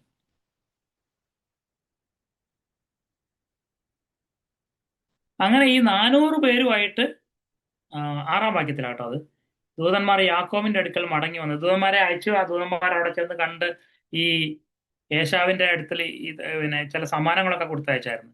അതൊന്നും പുള്ളി മൈൻഡ് ചെയ്തില്ല. ദൂതന്മാർ യാക്കോബിന്റെ അടുക്കൽ മടങ്ങി വന്ന 6-ാം വാക്യം. ഞങ്ങൾ നിന്റെ സഹോദരനായ ഏശാവിന്റെ അടുക്കൽ പോയി വന്നു, അവൻ 400 ആളുകളുമായി നിന്നെ എതിരേൽപ്പാൻ വരുന്നു. 1ഉം 2ഉം ഒക്കെ ആണെങ്കിൽ നമുക്ക് കാര്യം മനസ്സിലാവാം, ഗ്രീറ്റ് ചെയ്യാൻ വരുന്നത്. അതല്ല, 400 പേരുമായിട്ടാണ് വരുന്നത്. അപ്പൊ അതിന്റെ അർത്ഥം എന്താണെന്ന് നമുക്ക് മനസ്സിലായല്ലോ. അവൻ ഭയപരവശനായി. പിന്നെ തന്നോട് കൂടെ ഉണ്ടായിരുന്ന കൂട്ടത്തെ ആടുകളെയും കന്നുകാലികളെയും 2 കൂട്ടമായി വിഭാഗിച്ചു. ഏശാവ് ഒരു കൂട്ടത്തിന് നേരെ വന്ന് നശിപ്പിച്ചാൽ മറ്റേ കൂട്ടത്തിന് ഓടിപ്പോകാമല്ലോ എന്ന് പറഞ്ഞു. പിന്നെ യാക്കോബ് പ്രാർത്ഥിച്ചത്, എൻ്റെ പിതാവിന്റെ ദൈവമായ ഇസ്ഹാക്കിന്റെ ദൈവമായുള്ളവനെ, നിന്റെ ദേശത്തൊക്കെ നിന്റെ ചാർച്ചക്കാരുടെ അടുക്കിലേക്ക് മടങ്ങിപ്പോക. ഞാൻ നിനക്ക് നന്മ ചെയ്യുമെന്ന് എന്നോട് അരുളി ചെയ്ത ദൈവമേ, അടിയനോട് കരുണ കാണിക്കണമേ. ഞാൻ അതിലേക്കൊന്നും പോകുന്നില്ല. എന്തായാലും അന്ന് രാത്രി ദൈവം അവന് പ്രത്യക്ഷനായി. ഉഷസാകുവോളം അവനോട് മല്ല വിളിച്ചു. അവൻ തൻ്റെ ഭാര്യമാരെയും അക്കരെ കടത്തി. അവിടെ പറയുന്ന, അങ്ങനെ അക്കരെ കടത്തിയ ശേഷം അവൻ തനിയെ ശേഷിച്ചു. വേറെ പറഞ്ഞാൽ തനിക്കുള്ളതെല്ലാം അവൻ അക്കരെ കടത്തി. പക്ഷെ താൻ മാത്രം അക്കരെ കടന്നില്ല. എന്താ കാരണം എന്നറിയാമോ? തൻ്റെ പ്രാണനെ രക്ഷിക്കണം എന്ന് അവനൊരാഗ്രഹം. ഇനി ഇവരെ എല്ലാം നശിപ്പിച്ചാൽ എനിക്ക് ഒന്നുമില്ലെങ്കിൽ 2 കാലുണ്ട്, അതുകൊണ്ട് ഓടി എവിടെയെങ്കിലും രക്ഷപ്പെടാം. അതുമല്ല, പുഴയും കൊണ്ട് കടന്നെത്തണമല്ലോ. ആ നേരം കൊണ്ട് അവിടെ എന്താ നടക്കുന്നതെന്ന് ഇവിടെ നിന്നോണ്ട് നോക്കി കാണുകയും ചെയ്യാം. അപ്പൊ എല്ലാരെയും കൊല്ലുകയാണെങ്കിൽ പിന്നെ ഞാൻ അവിടെ നിന്നിട്ട് കാര്യമില്ല, ഞാൻ ഓടും. അങ്ങനെ പുള്ളി വിചാരിക്കുകയായിരുന്നു. അപ്പം രാത്രിയിൽ ഈ പ്രാർത്ഥനയൊക്കെ കേട്ട് ദൈവത്തിന്റെ ദൂതൻ അവനുമായിട്ട് ഇടപെട്ടു. അവിടെ വെച്ച് മൽപ്പിടുത്തം നടത്തി. ജയിക്കുകയില്ല എന്ന് പറഞ്ഞാൽ അതിന്റെ അർത്ഥം, ഞാൻ വിചാരിക്കുന്നത്, അവന്റെ ചിന്താഗതികളോടും അവന്റെ ദൈവത്തിനായിട്ടുള്ള അവനെ പൂർണ്ണമായി സമർപ്പിക്കാനുള്ള, ദൈവഹിതത്തിന് വേണ്ടിയിട്ട് സമർപ്പിക്കാനുള്ള രീതിയിൽ അവന്റെ ബുദ്ധിമണ്ഡലത്തോടും ഒക്കെ ദൈവം ഇടപെട്ടുകൊണ്ട് സംസാരിക്കുന്നുണ്ടായിരിക്കും. എന്ത് ചെയ്ത ആൾ ഈൽഡ് ചെയ്യാൻ, ആൾക്കത് മനസ്സിലാവുന്നുമില്ല. ഒക്കെ ഒരു മതഭക്തിയുടെ വേഷത്തിലൂടെയുള്ള മനസ്സിലാക്കല്ലോ. അവസാനം അവന്റെ മർമ്മത്തെ കയറി പിടിച്ചു. അത് അവന്റെ തൊടയുടെ എല്ലായിരുന്നു. അത് ഒടിച്ചു. അത് ഒടിച്ചപ്പം അവൻ നെടുമ്പാക വീണു. കർത്താവെ, ഇനി എന്നെ എന്ത് പറഞ്ഞാലും കൊള്ളാം, ഇനി എന്നെ അനുഗ്രഹിച്ചല്ലാതെ ഞാൻ വിടത്തില്ല. അതുവരെയൊക്കെ കണ്ടീഷണൽ ആയിട്ടായിരുന്നു ദൈവത്തോട് പറഞ്ഞുകൊണ്ടിരുന്നത്. അതെല്ലാം പുള്ളി വിട്ടിട്ട് പറഞ്ഞു, കർത്താവെ, ഇവിടെ ഞാൻ നിന്നെ അനുഗ്രഹിച്ചാതെ ഞാൻ പറ്റത്തില്ല. എന്താ കാരണം അറിയാമോ? ആകെ ഉണ്ടായിരുന്ന രണ്ട് കാലും പോയി. അല്ലെങ്കിൽ ഒരു കാലായിരിക്കും ഓടിച്ചത്, എത്രയാലും ആവട്ടെ. എന്തായാലും ആൾക്കിനി മുടന്തനായിട്ട് നടക്കാൻ പറ്റുള്ളൂ, ഓടാൻ പറ്റില്ല. അപ്പം ഏശാവ് അവിടെ എല്ലാം നശിപ്പിച്ചിട്ട് നേരെ ഇനി ഇവനല്ലേ ഈ ജ്യേഷ്ഠാവകാശം കൊണ്ടുപോയ ആള്, പറ്റിച്ചയാള്. അപ്പൊ പറ്റിച്ചയാളെ കൈകാര്യം ചെയ്യാതിരിക്കുവോ? തീർച്ചയായും കൈകാര്യം ചെയ്യാം. അപ്പൊ ഇങ്ങോട്ട് കടന്നു കഴിഞ്ഞാൽ ഓടി രക്ഷപ്പെടാന്നുള്ള അവന്റെ ആഗ്രഹവും അതോടെ അവസാനിച്ചു. അതോടെ കംപ്ലീറ്റ് നിലം പരിശായിട്ട് ആള് വീണു. ആ വീഴ്ചയിൽ, ആ ഉടച്ചലിൽ, അവിടെയാണ് ദൈവത്തിന് യാക്കോബിനെ കിട്ടിയത്. അവിടെ വെച്ച് ദൈവം അവനെ അനുഗ്രഹിച്ച്, ഞാൻ നിന്നെ ഇസ്രായേലിന്റെ പ്രഭുവാക്കി തീർക്കുന്നു. നമ്മുടെ ജീവിതത്തിനകത്തും നമ്മുടെ ഇതുപോലെ ദൈവത്തിന് നമ്മളെ ഒരു ഒരു പോയിന്റിൽ കൊണ്ടുവന്നിട്ട്, ഇവിടെ 21 വർഷം കഴിഞ്ഞു കേട്ടോ സഹോദരന്മാർ. നമ്മുടെ ജീവിതത്തിൽ അത്ര എളുപ്പമല്ല ഈ ദൈവത്തിന് ഒരു സ്ഥലത്ത് ഒരാളെ എത്തിക്കുക എന്ന് പറയുന്നത്. ദൈവം ആഗ്രഹിച്ച ഒരു സ്ഥലത്ത്, നമ്മളെ അനുഗ്രഹിക്കാൻ വേണ്ടി വെച്ചിരിക്കുന്ന ഒരു സ്ഥലത്തേക്ക് കൊണ്ടുവന്ന് നമ്മളെ ഒന്ന് ഈൽഡ് ചെയ്യിച്ച് കിട്ടുക എന്ന് പറഞ്ഞാൽ വലിയ പാടുള്ള കാര്യമാണ്. കർത്താവ് ഉന്നതനെങ്കിലും താഴ്മയുള്ളവരുടെ കൂടെ വഷിക്കുന്നു. അരിഷ്ടനെ അവൻ കടാക്ഷിക്കുന്നു. താഴ്മയും മനോവിനയം ഉള്ളവരുടെ കൂടെ അവൻ വസിക്കുന്നു. അപ്പോൾ കർത്താവ് വലിയവനാണ്. ആ വലിയവനായ ദൈവം ഇവിടെ ഇറങ്ങി വന്നു. അരിഷ്ടനായിക്കൊണ്ടിരിക്കുകയായിരുന്നു. കാരണം ബാക്കി ഭാര്യയും കുട്ടികളുടെയും സ്വത്തും എല്ലാം തന്നെ ഓൾമോസ്റ്റ് ഇതുവരെ സമ്പാദിച്ചതെല്ലാം കാലിയാകാൻ പോകും. അതുകൊണ്ട് ഒരു നല്ല രീതിയിൽ തന്നെ അവൻ അരിഷ്ടനായി തീർന്നു. ഇനി ആകെ സ്വന്തം ജീവൻ മാത്രമേ ഉണ്ടായിരുന്നുള്ളൂ ഇവിടെ കയ്യിൽ. അതും ആ കാല് പിടിച്ച് ഒടിച്ചത് വഴി അതും പോയി. ഇനി അതുവഴി അതും കൊണ്ട് ഓടാൻ വയ്യില്ല. ചുരുക്കി പറഞ്ഞാൽ സീറോ. ആ സീറോയിലാണ് അവൻ അനുഗ്രഹം കിട്ടുന്നത്. അവൻ ദൈവത്തിന്റെ പ്രഭുവായിട്ട് അവിടെ രൂപപ്പെടുന്നു. അപ്പൊ ഇങ്ങനെ ഈ പെട്ടെന്ന് ദൈവം ഇങ്ങനെ ഇവനെ മാറ്റിയത് വഴി എന്താ സംഭവിച്ചത്? ഒറ്റ ദിവസം കൊണ്ട് അവന്റെ ശത്രുവിന്റെ, അല്ലെങ്കിൽ അവനോട് വിരോധം ഉണ്ടായിരുന്ന ഏശാവിന്റെ മനസ്സേ മാറിപ്പോയി. നമ്മളൊക്കെ മറ്റു പലർക്കു വേണ്ടിയൊക്കെ ഭയങ്കര പ്രാർത്ഥിക്കും അവരെ ചേഞ്ച് ആക്കാനായിട്ട്. പക്ഷെ ദൈവം ചിലപ്പോൾ ആദ്യം ചേഞ്ച് ആക്കാൻ ആഗ്രഹിക്കുന്നത് നമ്മളെ ആയിരിക്കും. നമ്മുടെ ശക്തിയുടെ ഉറവിടമായിരിക്കുന്ന നമ്മുടെ ഏതെങ്കിലും ഒരു എല്ല് പൊട്ടിച്ചു കളയാൻ ദൈവം ആഗ്രഹിക്കുന്നുണ്ട്. അത് പൊട്ടിക്കാൻ അനുവദിക്കുമ്പോൾ ഉണ്ടല്ലോ, ഈ മറ്റുള്ളവരും ചേഞ്ചിലാവും. ഈ 400 പേരും ചേഞ്ചായി, ആ ഏശാവും ചേഞ്ചായി, എൻ്റെ സഹോദര എന്നൊക്കെ വിളിച്ചു പിന്നെ ആലിംഗനം ചെയ്യുന്നതായിട്ടൊക്കെ നമ്മൾ വായിക്കുന്നുണ്ട്. ഈ രീതിയിൽ ദൈവം കൈകാര്യം ചെയ്യപ്പെടാനായിട്ട് ആഗ്രഹിക്കുകയാണെങ്കിൽ ഇതാണ് ദൈവത്തിന്റെ ജീവൻ. നമ്മുടെ ജീവിതത്തിലും വ്യത്യാസം ഉണ്ടാവും. നമ്മളെ സ്പർശിക്കുന്നവരും നമ്മളെ തൊടുന്നവരും നമ്മുടെ ചർച്ചും നമ്മുടെ കൂട്ടായ്മയും നമ്മുടെ ബന്ധുമിത്രാദികളും എൻ കരത്താൽ അനുഗ്രഹരായിത്തീരും. നമ്മൾ ആ പാട്ട് കഴിഞ്ഞ പ്രാവശ്യം പാടിയല്ലോ. അപ്പൊ നമ്മുടെ ഇങ്ങനെയുള്ള ഒരു അനുഭവത്തിലേക്ക് പോകാനാണ് ദൈവം നമ്മളെ കുറിച്ച് ആഗ്രഹിക്കുന്നത്. ക്രിസ്തുവിന്റെ, ദൈവത്തിന്റെ ജീവൻ നമ്മുടെ ഉള്ളിൽ വരണമെങ്കിൽ നമ്മുടെ ജീവൻ ഒന്ന് ഉടയ്ക്കപ്പെടേണ്ടതുണ്ട്. നമ്മുടെ സുരക്ഷിതത്തിന് വേണ്ടിയുള്ള ഓട്ടം നമ്മൾ ചിലപ്പോൾ കാണാമല്ലേ, നമ്മൾ ചിലപ്പോൾ നമുക്ക് ഒരു ശങ്കരൻ എന്ന് പറഞ്ഞ ഒരാൾക്ക്, നമ്മുടെ ഒരാള് ഉണ്ട് നമ്മുടെ അയൽവക്കത്ത്. അദ്ദേഹം നല്ല പൈസക്കാരനാണ്. നമ്മൾ പോകുന്ന വഴിക്കൊക്കെ എപ്പോഴും ചിരിക്കാറും വർത്താനം പറയാറൊക്കെ ഉണ്ട്. ശങ്കരൻ്റെ കയ്യിൽ പൈസ ഇഷ്ടം പോലെ ഉണ്ടെന്ന് എനിക്കറിയാം. ഈ പെട്ടെന്ന് ഒരു അത്യാവശ്യം വന്നാൽ 1000 രൂപ തിങ്കളാഴ്ച ഫീസ് കൊടുക്കാൻ വേണ്ടി കൊച്ചിന്റെ എനിക്ക് വേണം. അപ്പം ഞാൻ ശങ്കരനോടൊന്ന് ചോദിച്ചു, അയാൾ തരുന്ന ആളാണോ എന്ന് എനിക്ക് വലിയ പിടുത്തമൊന്നുമില്ല. എന്തായാലും അയൽവക്കത്ത് ചെന്ന് ചോദിക്കാന്ന് വിചാരിച്ചു. ചോദിച്ചപ്പോൾ അയാൾ പറഞ്ഞു തരാം, കാരണം അയാൾ വലിയ പൈസക്കാരാണ്, പൈസ ഇഷ്ടമുണ്ട്, അത് ഉറപ്പാണ്. പ്രശ്നം എന്താണെന്ന് വെച്ചാൽ പൈസ എനിക്ക് തരുമോ ഇല്ലയോ എന്നുള്ള കാര്യത്തിൽ എനിക്ക് അറിവില്ലാത്തത്. പൈസ ഉണ്ടെന്നുള്ള കാര്യത്തിൽ നല്ല ബോധ്യമുണ്ട്. നമ്മൾ പറയാം ദൈവം ശക്തനാണെന്ന് എനിക്കറിയാം, പക്ഷെ എനിക്ക് വേണ്ടി ചെയ്തു തരുമെന്ന് അറിയില്ല. അതുപോലെ ഉള്ള കണ്ടീഷനായിരുന്നു. അപ്പൊ അങ്ങനെ ഇരിക്കുമ്പോൾ നമ്മൾ എന്ത് ചെയ്യുന്ന അറിയോ, ശനിയാഴ്ച ചോദിച്ചു, തിങ്കളാഴ്ച വേണം, തിങ്കളാഴ്ച വന്നോളാൻ പറഞ്ഞ് തരാമെന്ന് പറഞ്ഞു. പക്ഷെ ഞായറാഴ്ച ചർച്ചിൽ വന്നപ്പോൾ എനിക്ക് വേറെ സഹോദരനും കൂടെ ചോദിച്ചു, ബ്രദറെ, ചിലപ്പോൾ എനിക്കൊരു 1000 രൂപ തിങ്കളാഴ്ച രാവിലെ ആവശ്യം വരും കേട്ടോ, അങ്ങനെയാണെങ്കിൽ ഒന്ന് തരണം. വേണ്ടി വരികയല്ല, എന്നാലും ഈ എന്നാലും എന്ന് പറഞ്ഞൊരു അർത്ഥം എന്നറിയാമോ? ശങ്കരന് പൈസയുണ്ട്, പക്ഷെ ശങ്കരൻ തന്നില്ല, എന്ത് ചെയ്യും? എനിക്ക് ഈ ബ്രദറിന്റെ കയ്യിൽ വന്ന് വാങ്ങണം. അപ്പൊ നമ്മൾ ഇതുപോലെ ദൈവം സഹായിച്ചില്ലെങ്കിലോ, അതിന് ഞാൻ കുറെ വേറെ ഇങ്ങനെ 1 2 3 പേരെ സ്റ്റെപ്പിനിക്ക് വെച്ചിട്ടുണ്ട്. അതുപോലെ നമ്മൾ അത് നടന്നില്ലെങ്കിൽ ഇത് നടന്നില്ലെങ്കിൽ എന്ന് പറഞ്ഞ് പല രീതിയിൽ സൊല്യൂഷൻസ് നമ്മളിൽ തന്നെയുണ്ട്. അതെല്ലാം പൊട്ടിച്ചു കഴിയുമ്പോൾ, നേരത്തെ പറഞ്ഞാൽ ഇത് ഈ പറഞ്ഞ സമ്മാനങ്ങളെല്ലാം കണ്ടിട്ടും ഏശാവിന് തൃപ്തിയില്ലെങ്കിൽ ഞാൻ ഒരൊറ്റ ഓട്ടം ഓടും. അങ്ങനെ ഞാൻ രക്ഷപ്പെടും. ഈ രക്ഷപ്പെടാൻ വേണ്ടി തന്നെ ഈ ഒട്ടകത്തെ കൊടുത്തയച്ചതും നേരത്തെ ആൾക്കാരെ എതിരേൽക്കാൻ വിട്ടതും അവസാനം ഇവരെ എല്ലാം കടത്തി അപ്പുറത്തേക്ക് ആക്കിയതും ഒക്കെ ഒരു തരത്തിൽ അവന്റെ രക്ഷയ്ക്ക് വേണ്ടി ചെയ്ത പണികളാണ് അതൊക്കെ. അതും പറ്റിയില്ലെങ്കിൽ ഒരു ഓട്ടമുണ്ട്. ആ ഓട്ടത്തെ ദൈവം കയറി പിടിച്ചപ്പോഴാണ് അവൻ ദൈവത്തിന്റെ പ്രഭുവായി തീർന്നത്. ഇതുപോലെ നമ്മുടെ ജീവിതത്തിലും നമ്മളും പല രീതിയിൽ ഈ ഇങ്ങനെയുള്ള കാര്യങ്ങളൊക്കെ ചെയ്യുന്നുണ്ട്. അവിടെയൊക്കെ ഒന്ന് പിടിക്കാൻ ഏൽപ്പിച്ചു കൊടുത്താൽ അവിടെയാണ് ദൈവത്തിന്റെ ജീവൻ വന്ന് നിറയുന്നത്. ഈ ജീവനിൽ നിന്ന് നാം പിന്നെ ഒരു പുതിയ മനുഷ്യനായി, നമുക്കറിയാം യാക്കോബ് പുതിയൊരു മനുഷ്യനായി ദൈവത്തിന്റെ പ്രഭുവായി തീർന്നു. നമ്മൾ ഇതുപോലെ ഒരു പുതിയ വ്യക്തിയായി തീരും. ഈ വ്യക്തിയിൽ നിന്നും ഉളവാകുന്ന, വ്യക്തിത്വത്തിൽ നിന്നും ഉളവാകുന്ന, അല്ലെങ്കിൽ ജീവനിൽ നിന്നും ഉളവാകുന്നതായ ശുശ്രൂഷ കൊണ്ടാണ് ദൈവത്തിന്റെ സഭയെ നമുക്ക് പണിയാനായിട്ട് പറ്റുന്നത്. ഇങ്ങനെയുള്ള ഒരു ജീവിതത്തിലേക്ക് ദൈവം നമ്മെ നയിക്കുമാറാകട്ടെ. ഞാൻ എൻ്റെ വാക്കുകളെ ഇവിടെ ചുരുക്കും. കരുണാസമ്പന്നമായ സ്വർഗപിതാവേ, നീ ഞങ്ങളെ സ്നേഹിക്കുന്ന സ്നേഹത്തിന്റെ ആഴം അത് എത്ര വലുതെന്ന് കർത്താവെ കാണാൻ ഞങ്ങളുടെ കണ്ണ് തുറന്നു തരണമേ. അങ്ങയുടെ ജീവന്റെ സമൃദ്ധിയിൽ വാഴാൻ ഞങ്ങളെ വിളിച്ചു വേർതിരിച്ച അങ്ങയുടെ മഹാകരുണയ്ക്കും ദീർഘക്ഷമയ്ക്കും ദയയ്ക്കും മനസ്സലിവിനും യോഗ്യതകളൊന്നുമില്ലാതിരുന്ന ഞങ്ങളെ ആ സ്ഥാനത്തേക്ക് കൊണ്ടുവരുവാൻ ഇടയാക്കിയ അങ്ങയുടെ പുത്രനായ യേശുക്രിസ്തുവിന്റെ മഹാത്യാഗത്തെയും സ്നേഹത്തെയും അവന്റെ രക്തത്തിന്റെ ശക്തിയെയും ഓർത്ത് ഞങ്ങൾ ഇന്ന് സ്തുതിക്കുകയും നന്ദി പറയുകയും ചെയ്യുന്നു. പിതാവെ, ഞങ്ങളുടെ കണ്ണുകളെ തുറന്നു തന്ന് ഞങ്ങൾക്ക് വേണ്ടി ഒരുക്കിയിരിക്കുന്ന രക്ഷയുടെ മഹത്വവും അതിൻ്റെ മഹിമാധനവും ഗ്രഹിച്ചറിയാനായിട്ട് റവലേഷന്റെ ആത്മാവിനെ, ജ്ഞാനത്തിൻ്റെയും വെളിപ്പാടിൻ്റെയും ആത്മാവിനെ തന്ന് ഞങ്ങളുടെ ബുദ്ധിയെ പ്രകാശിപ്പിക്കണമേ കർത്താവെ. കർത്താവെ, കുഞ്ഞുങ്ങൾ കളിപ്പാട്ടങ്ങൾക്ക് വേണ്ടിയും വിലയില്ലാത്ത കാര്യങ്ങൾക്ക് വേണ്ടിയും അവർ വഴക്കിടുന്നത് പോലെ ഞങ്ങളും അങ്ങയുടെ മുമ്പാകെ വഴക്കിടുന്നവരാണെങ്കിൽ ഇന്ന് അതിന് ഒരു അന്ത്യം തരണമേ കർത്താവെ. നിന്റെ ഹിതം ഞങ്ങളുടെ ജീവിതത്തിലായിത്തീരട്ടെ. അത് അങ്ങയുടെ ഹിതമാണ് ഞങ്ങളുടെ സൗഖ്യവും ഞങ്ങളുടെ സ്വസ്ഥതയും ഞങ്ങളുടെ സമ്പത്തും സന്തോഷവും. അതിനപ്പുറത്തുള്ള യാതൊന്നും ലോകപ്രകാരം ഒരു സന്തോഷവും ഐശ്വര്യവും ഒക്കെ തരുവുള്ളൂ.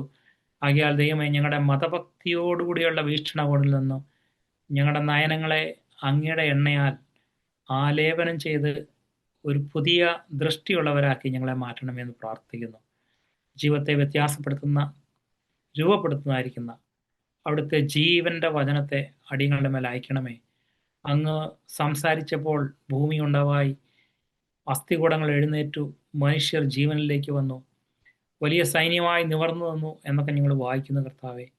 ദൈവമേ, പെരുവെള്ളം സമുദ്രത്തിൻ്റെ നടുവിലും മരുഭൂമിയിലും വഴികളെ തുറക്കുന്നതായിരിക്കുന്ന മാൻപേടകളെ പ്രസവിക്കുകയും മരങ്ങളുടെ തോല് ഉരിച്ചു കളയുകയും ചെയ്യുന്നതായിരിക്കുന്ന അവിടുത്തെ ശബ്ദത്തെ ഞങ്ങളുടെ ഹൃദയത്തിൽ കേൾപ്പിച്ചിട്ട് ഞങ്ങളുടെ ഹൃദയങ്ങളിൽ ദൈവത്തിൻ്റെ ജീവനിൽ കൂടെ നടക്കാനുള്ള വഴിയെ വെട്ടി തുറന്നു തരണമേ എന്ന് പ്രാർത്ഥിക്കുന്നു കർത്താവെ. അത്ഭുതം ചെയ്യുമ്പോൾ മരുഭൂമി ജലാശയമായി തീരുമെന്ന് അങ്ങയുടെ വചനത്തിൽ ഞങ്ങൾ വായിക്കുന്നുണ്ട് കർത്താവെ. ദൈവമേ, ഞങ്ങളുടെ ജീവിതത്തിൽ അതുപോലെയുള്ള അനുഭവങ്ങൾ വേണം. ആത്മാവിൻ്റെ വെള്ളം ധാരാളമായിട്ടും ഉണ്ടാകുന്നതായിരിക്കുന്ന ഒരു സ്ഥലമായിട്ട് ഞങ്ങളുടെ ഹൃദയത്തെ രൂപപ്പെടുത്തണമേ കർത്താവെ. ജീവന്റെ സമൃദ്ധിയിൽ യേശുക്രിസ്തുവിൻ്റെ ജീവൻ ഞങ്ങളുടെ ജീവിതത്തിൽ ഉൽപ്പാദിപ്പിക്കുവാനായിട്ട് അവിടുന്ന് പ്രസാദം തോന്നിയിരിക്കുന്നുണ്ടല്ലോ കർത്താവെ. ഞങ്ങൾ സഹകരിക്കാനായിട്ട് ഞങ്ങൾക്ക് ഇടങ്ങളെ കാണിച്ചു തരണമേ. സറണ്ടർ ചെയ്യാനായിട്ട് ഞങ്ങളെ പഠിപ്പിക്കണമേ കർത്താവെ. പിതാവെ, അവസാനമായിട്ട് ഞങ്ങളെല്ലാം തന്നാലും ചിലപ്പോൾ ഞങ്ങളുടെ സ്വന്തം കാലുകളിലുള്ള ജീവനെ അങ്ങേക്ക് തരാനായിട്ട് പലപ്പോഴും മടിയുള്ളവരാണ്. പിതാവെ, അങ്ങ് ഞങ്ങളെ കൈകാര്യം ചെയ്യണമേ. അരിഷ്ടനായൊരു മനുഷ്യനാണ് ഞങ്ങൾ കർത്താവെ. ഞങ്ങൾക്ക് തനിയെ ഒന്നും ചെയ്യാൻ കഴിയത്തില്ല. ഞങ്ങൾക്ക് തന്നെ ഒരു ഇത് കണ്ടുപിടിക്കാനും കഴിയില്ല കർത്താവ്. എന്നാൽ യാക്കോബിനോട് അങ്ങ് പറഞ്ഞതുപോലെ, I will cause you to come back. നീ അങ്ങനെ ഒരു വാഗ്ദത്തം ഞങ്ങൾ തന്നിട്ടുണ്ട്. അതുകൊണ്ട് കർത്താവെ, ഞങ്ങൾ അടങ്ങിയിരുന്ന് ആശ്രയിച്ച് വിശ്രമിച്ചിരിപ്പാൻ ഞങ്ങളെ സഹായിക്കണമെന്ന് പ്രാർത്ഥിക്കുന്നു കർത്താവെ. ഒരു ടച്ച് ഞങ്ങളുടെ മേൽ അയക്കണമേ. ഒരു ഉടയ്ക്കൽ തരണമേ കർത്താവെ. വരുന്ന ദിവസങ്ങളിൽ അങ്ങയുടെ സഭയാം ശരീരത്തെ പണിയണമേ. ഈ അന്ത്യനാളുകളിൽ അടുത്തിരിക്കുന്ന അങ്ങയുടെ കാന്തയെ ചേർത്ത് കൊള്ളാൻ വേണ്ടി കാത്തു നിൽക്കുന്നൊരു ജനത്തെ ചേർക്കാൻ വേണ്ടിയിട്ട് അങ്ങ് വരുമല്ലോ കർത്താവെ. ഉത്കടമായ ആഗ്രഹം ഞങ്ങളുടെ ഉള്ളിൽ ഉൽപ്പാദിപ്പിക്കണമെന്ന് ഞങ്ങൾ പ്രാർത്ഥിക്കുന്നു കർത്താവെ. സമയം ഒട്ടും നഷ്ടപ്പെടുത്താതെ പൂർണ്ണ ഹൃദയത്തോടെ ഞങ്ങൾക്ക് അങ്ങയുടെ വഴിയെ വരുവാൻ തക്കണം സഹായിക്കണമേ. ഞങ്ങളുടെ ഇച്ഛയെ വിട്ടു തന്നുകൊണ്ട് സ്വന്തം പ്രാണന് വേണ്ടിയിട്ട് ഞങ്ങൾ വെച്ചിരിക്കുന്ന ഇച്ഛകളൊക്കെ വിട്ടു തന്നിട്ട് അങ്ങേക്കായിട്ട് മരണത്തെ സ്വീകരിക്കാൻ ഞങ്ങളെ സഹായിക്കണം കർത്താവെ. ഈ കൂട്ടായ്മ അങ്ങ് അനുഗ്രഹിക്കണമെന്ന് പ്രാർത്ഥിക്കുന്നു. അവിടെ കർത്താവിൻ്റെ വെളിച്ചമായി ജീവനായി അനേക സ്ഥലങ്ങളിലേക്ക് കർത്താവെ ജീവനെ കൊടുക്കേണ്ടതിന് വേണ്ടിയിട്ട് അങ്ങ് അനുഗ്രഹിക്കണമേ എന്ന് ഞങ്ങൾ പ്രാർത്ഥിക്കുന്നു. കർത്താവെ അടിയനെ ഇത്രത്തോളം സഹായിച്ചതിനായിട്ട് നന്ദി പറയുന്നു. യേശുവിൻ്റെ നാമം.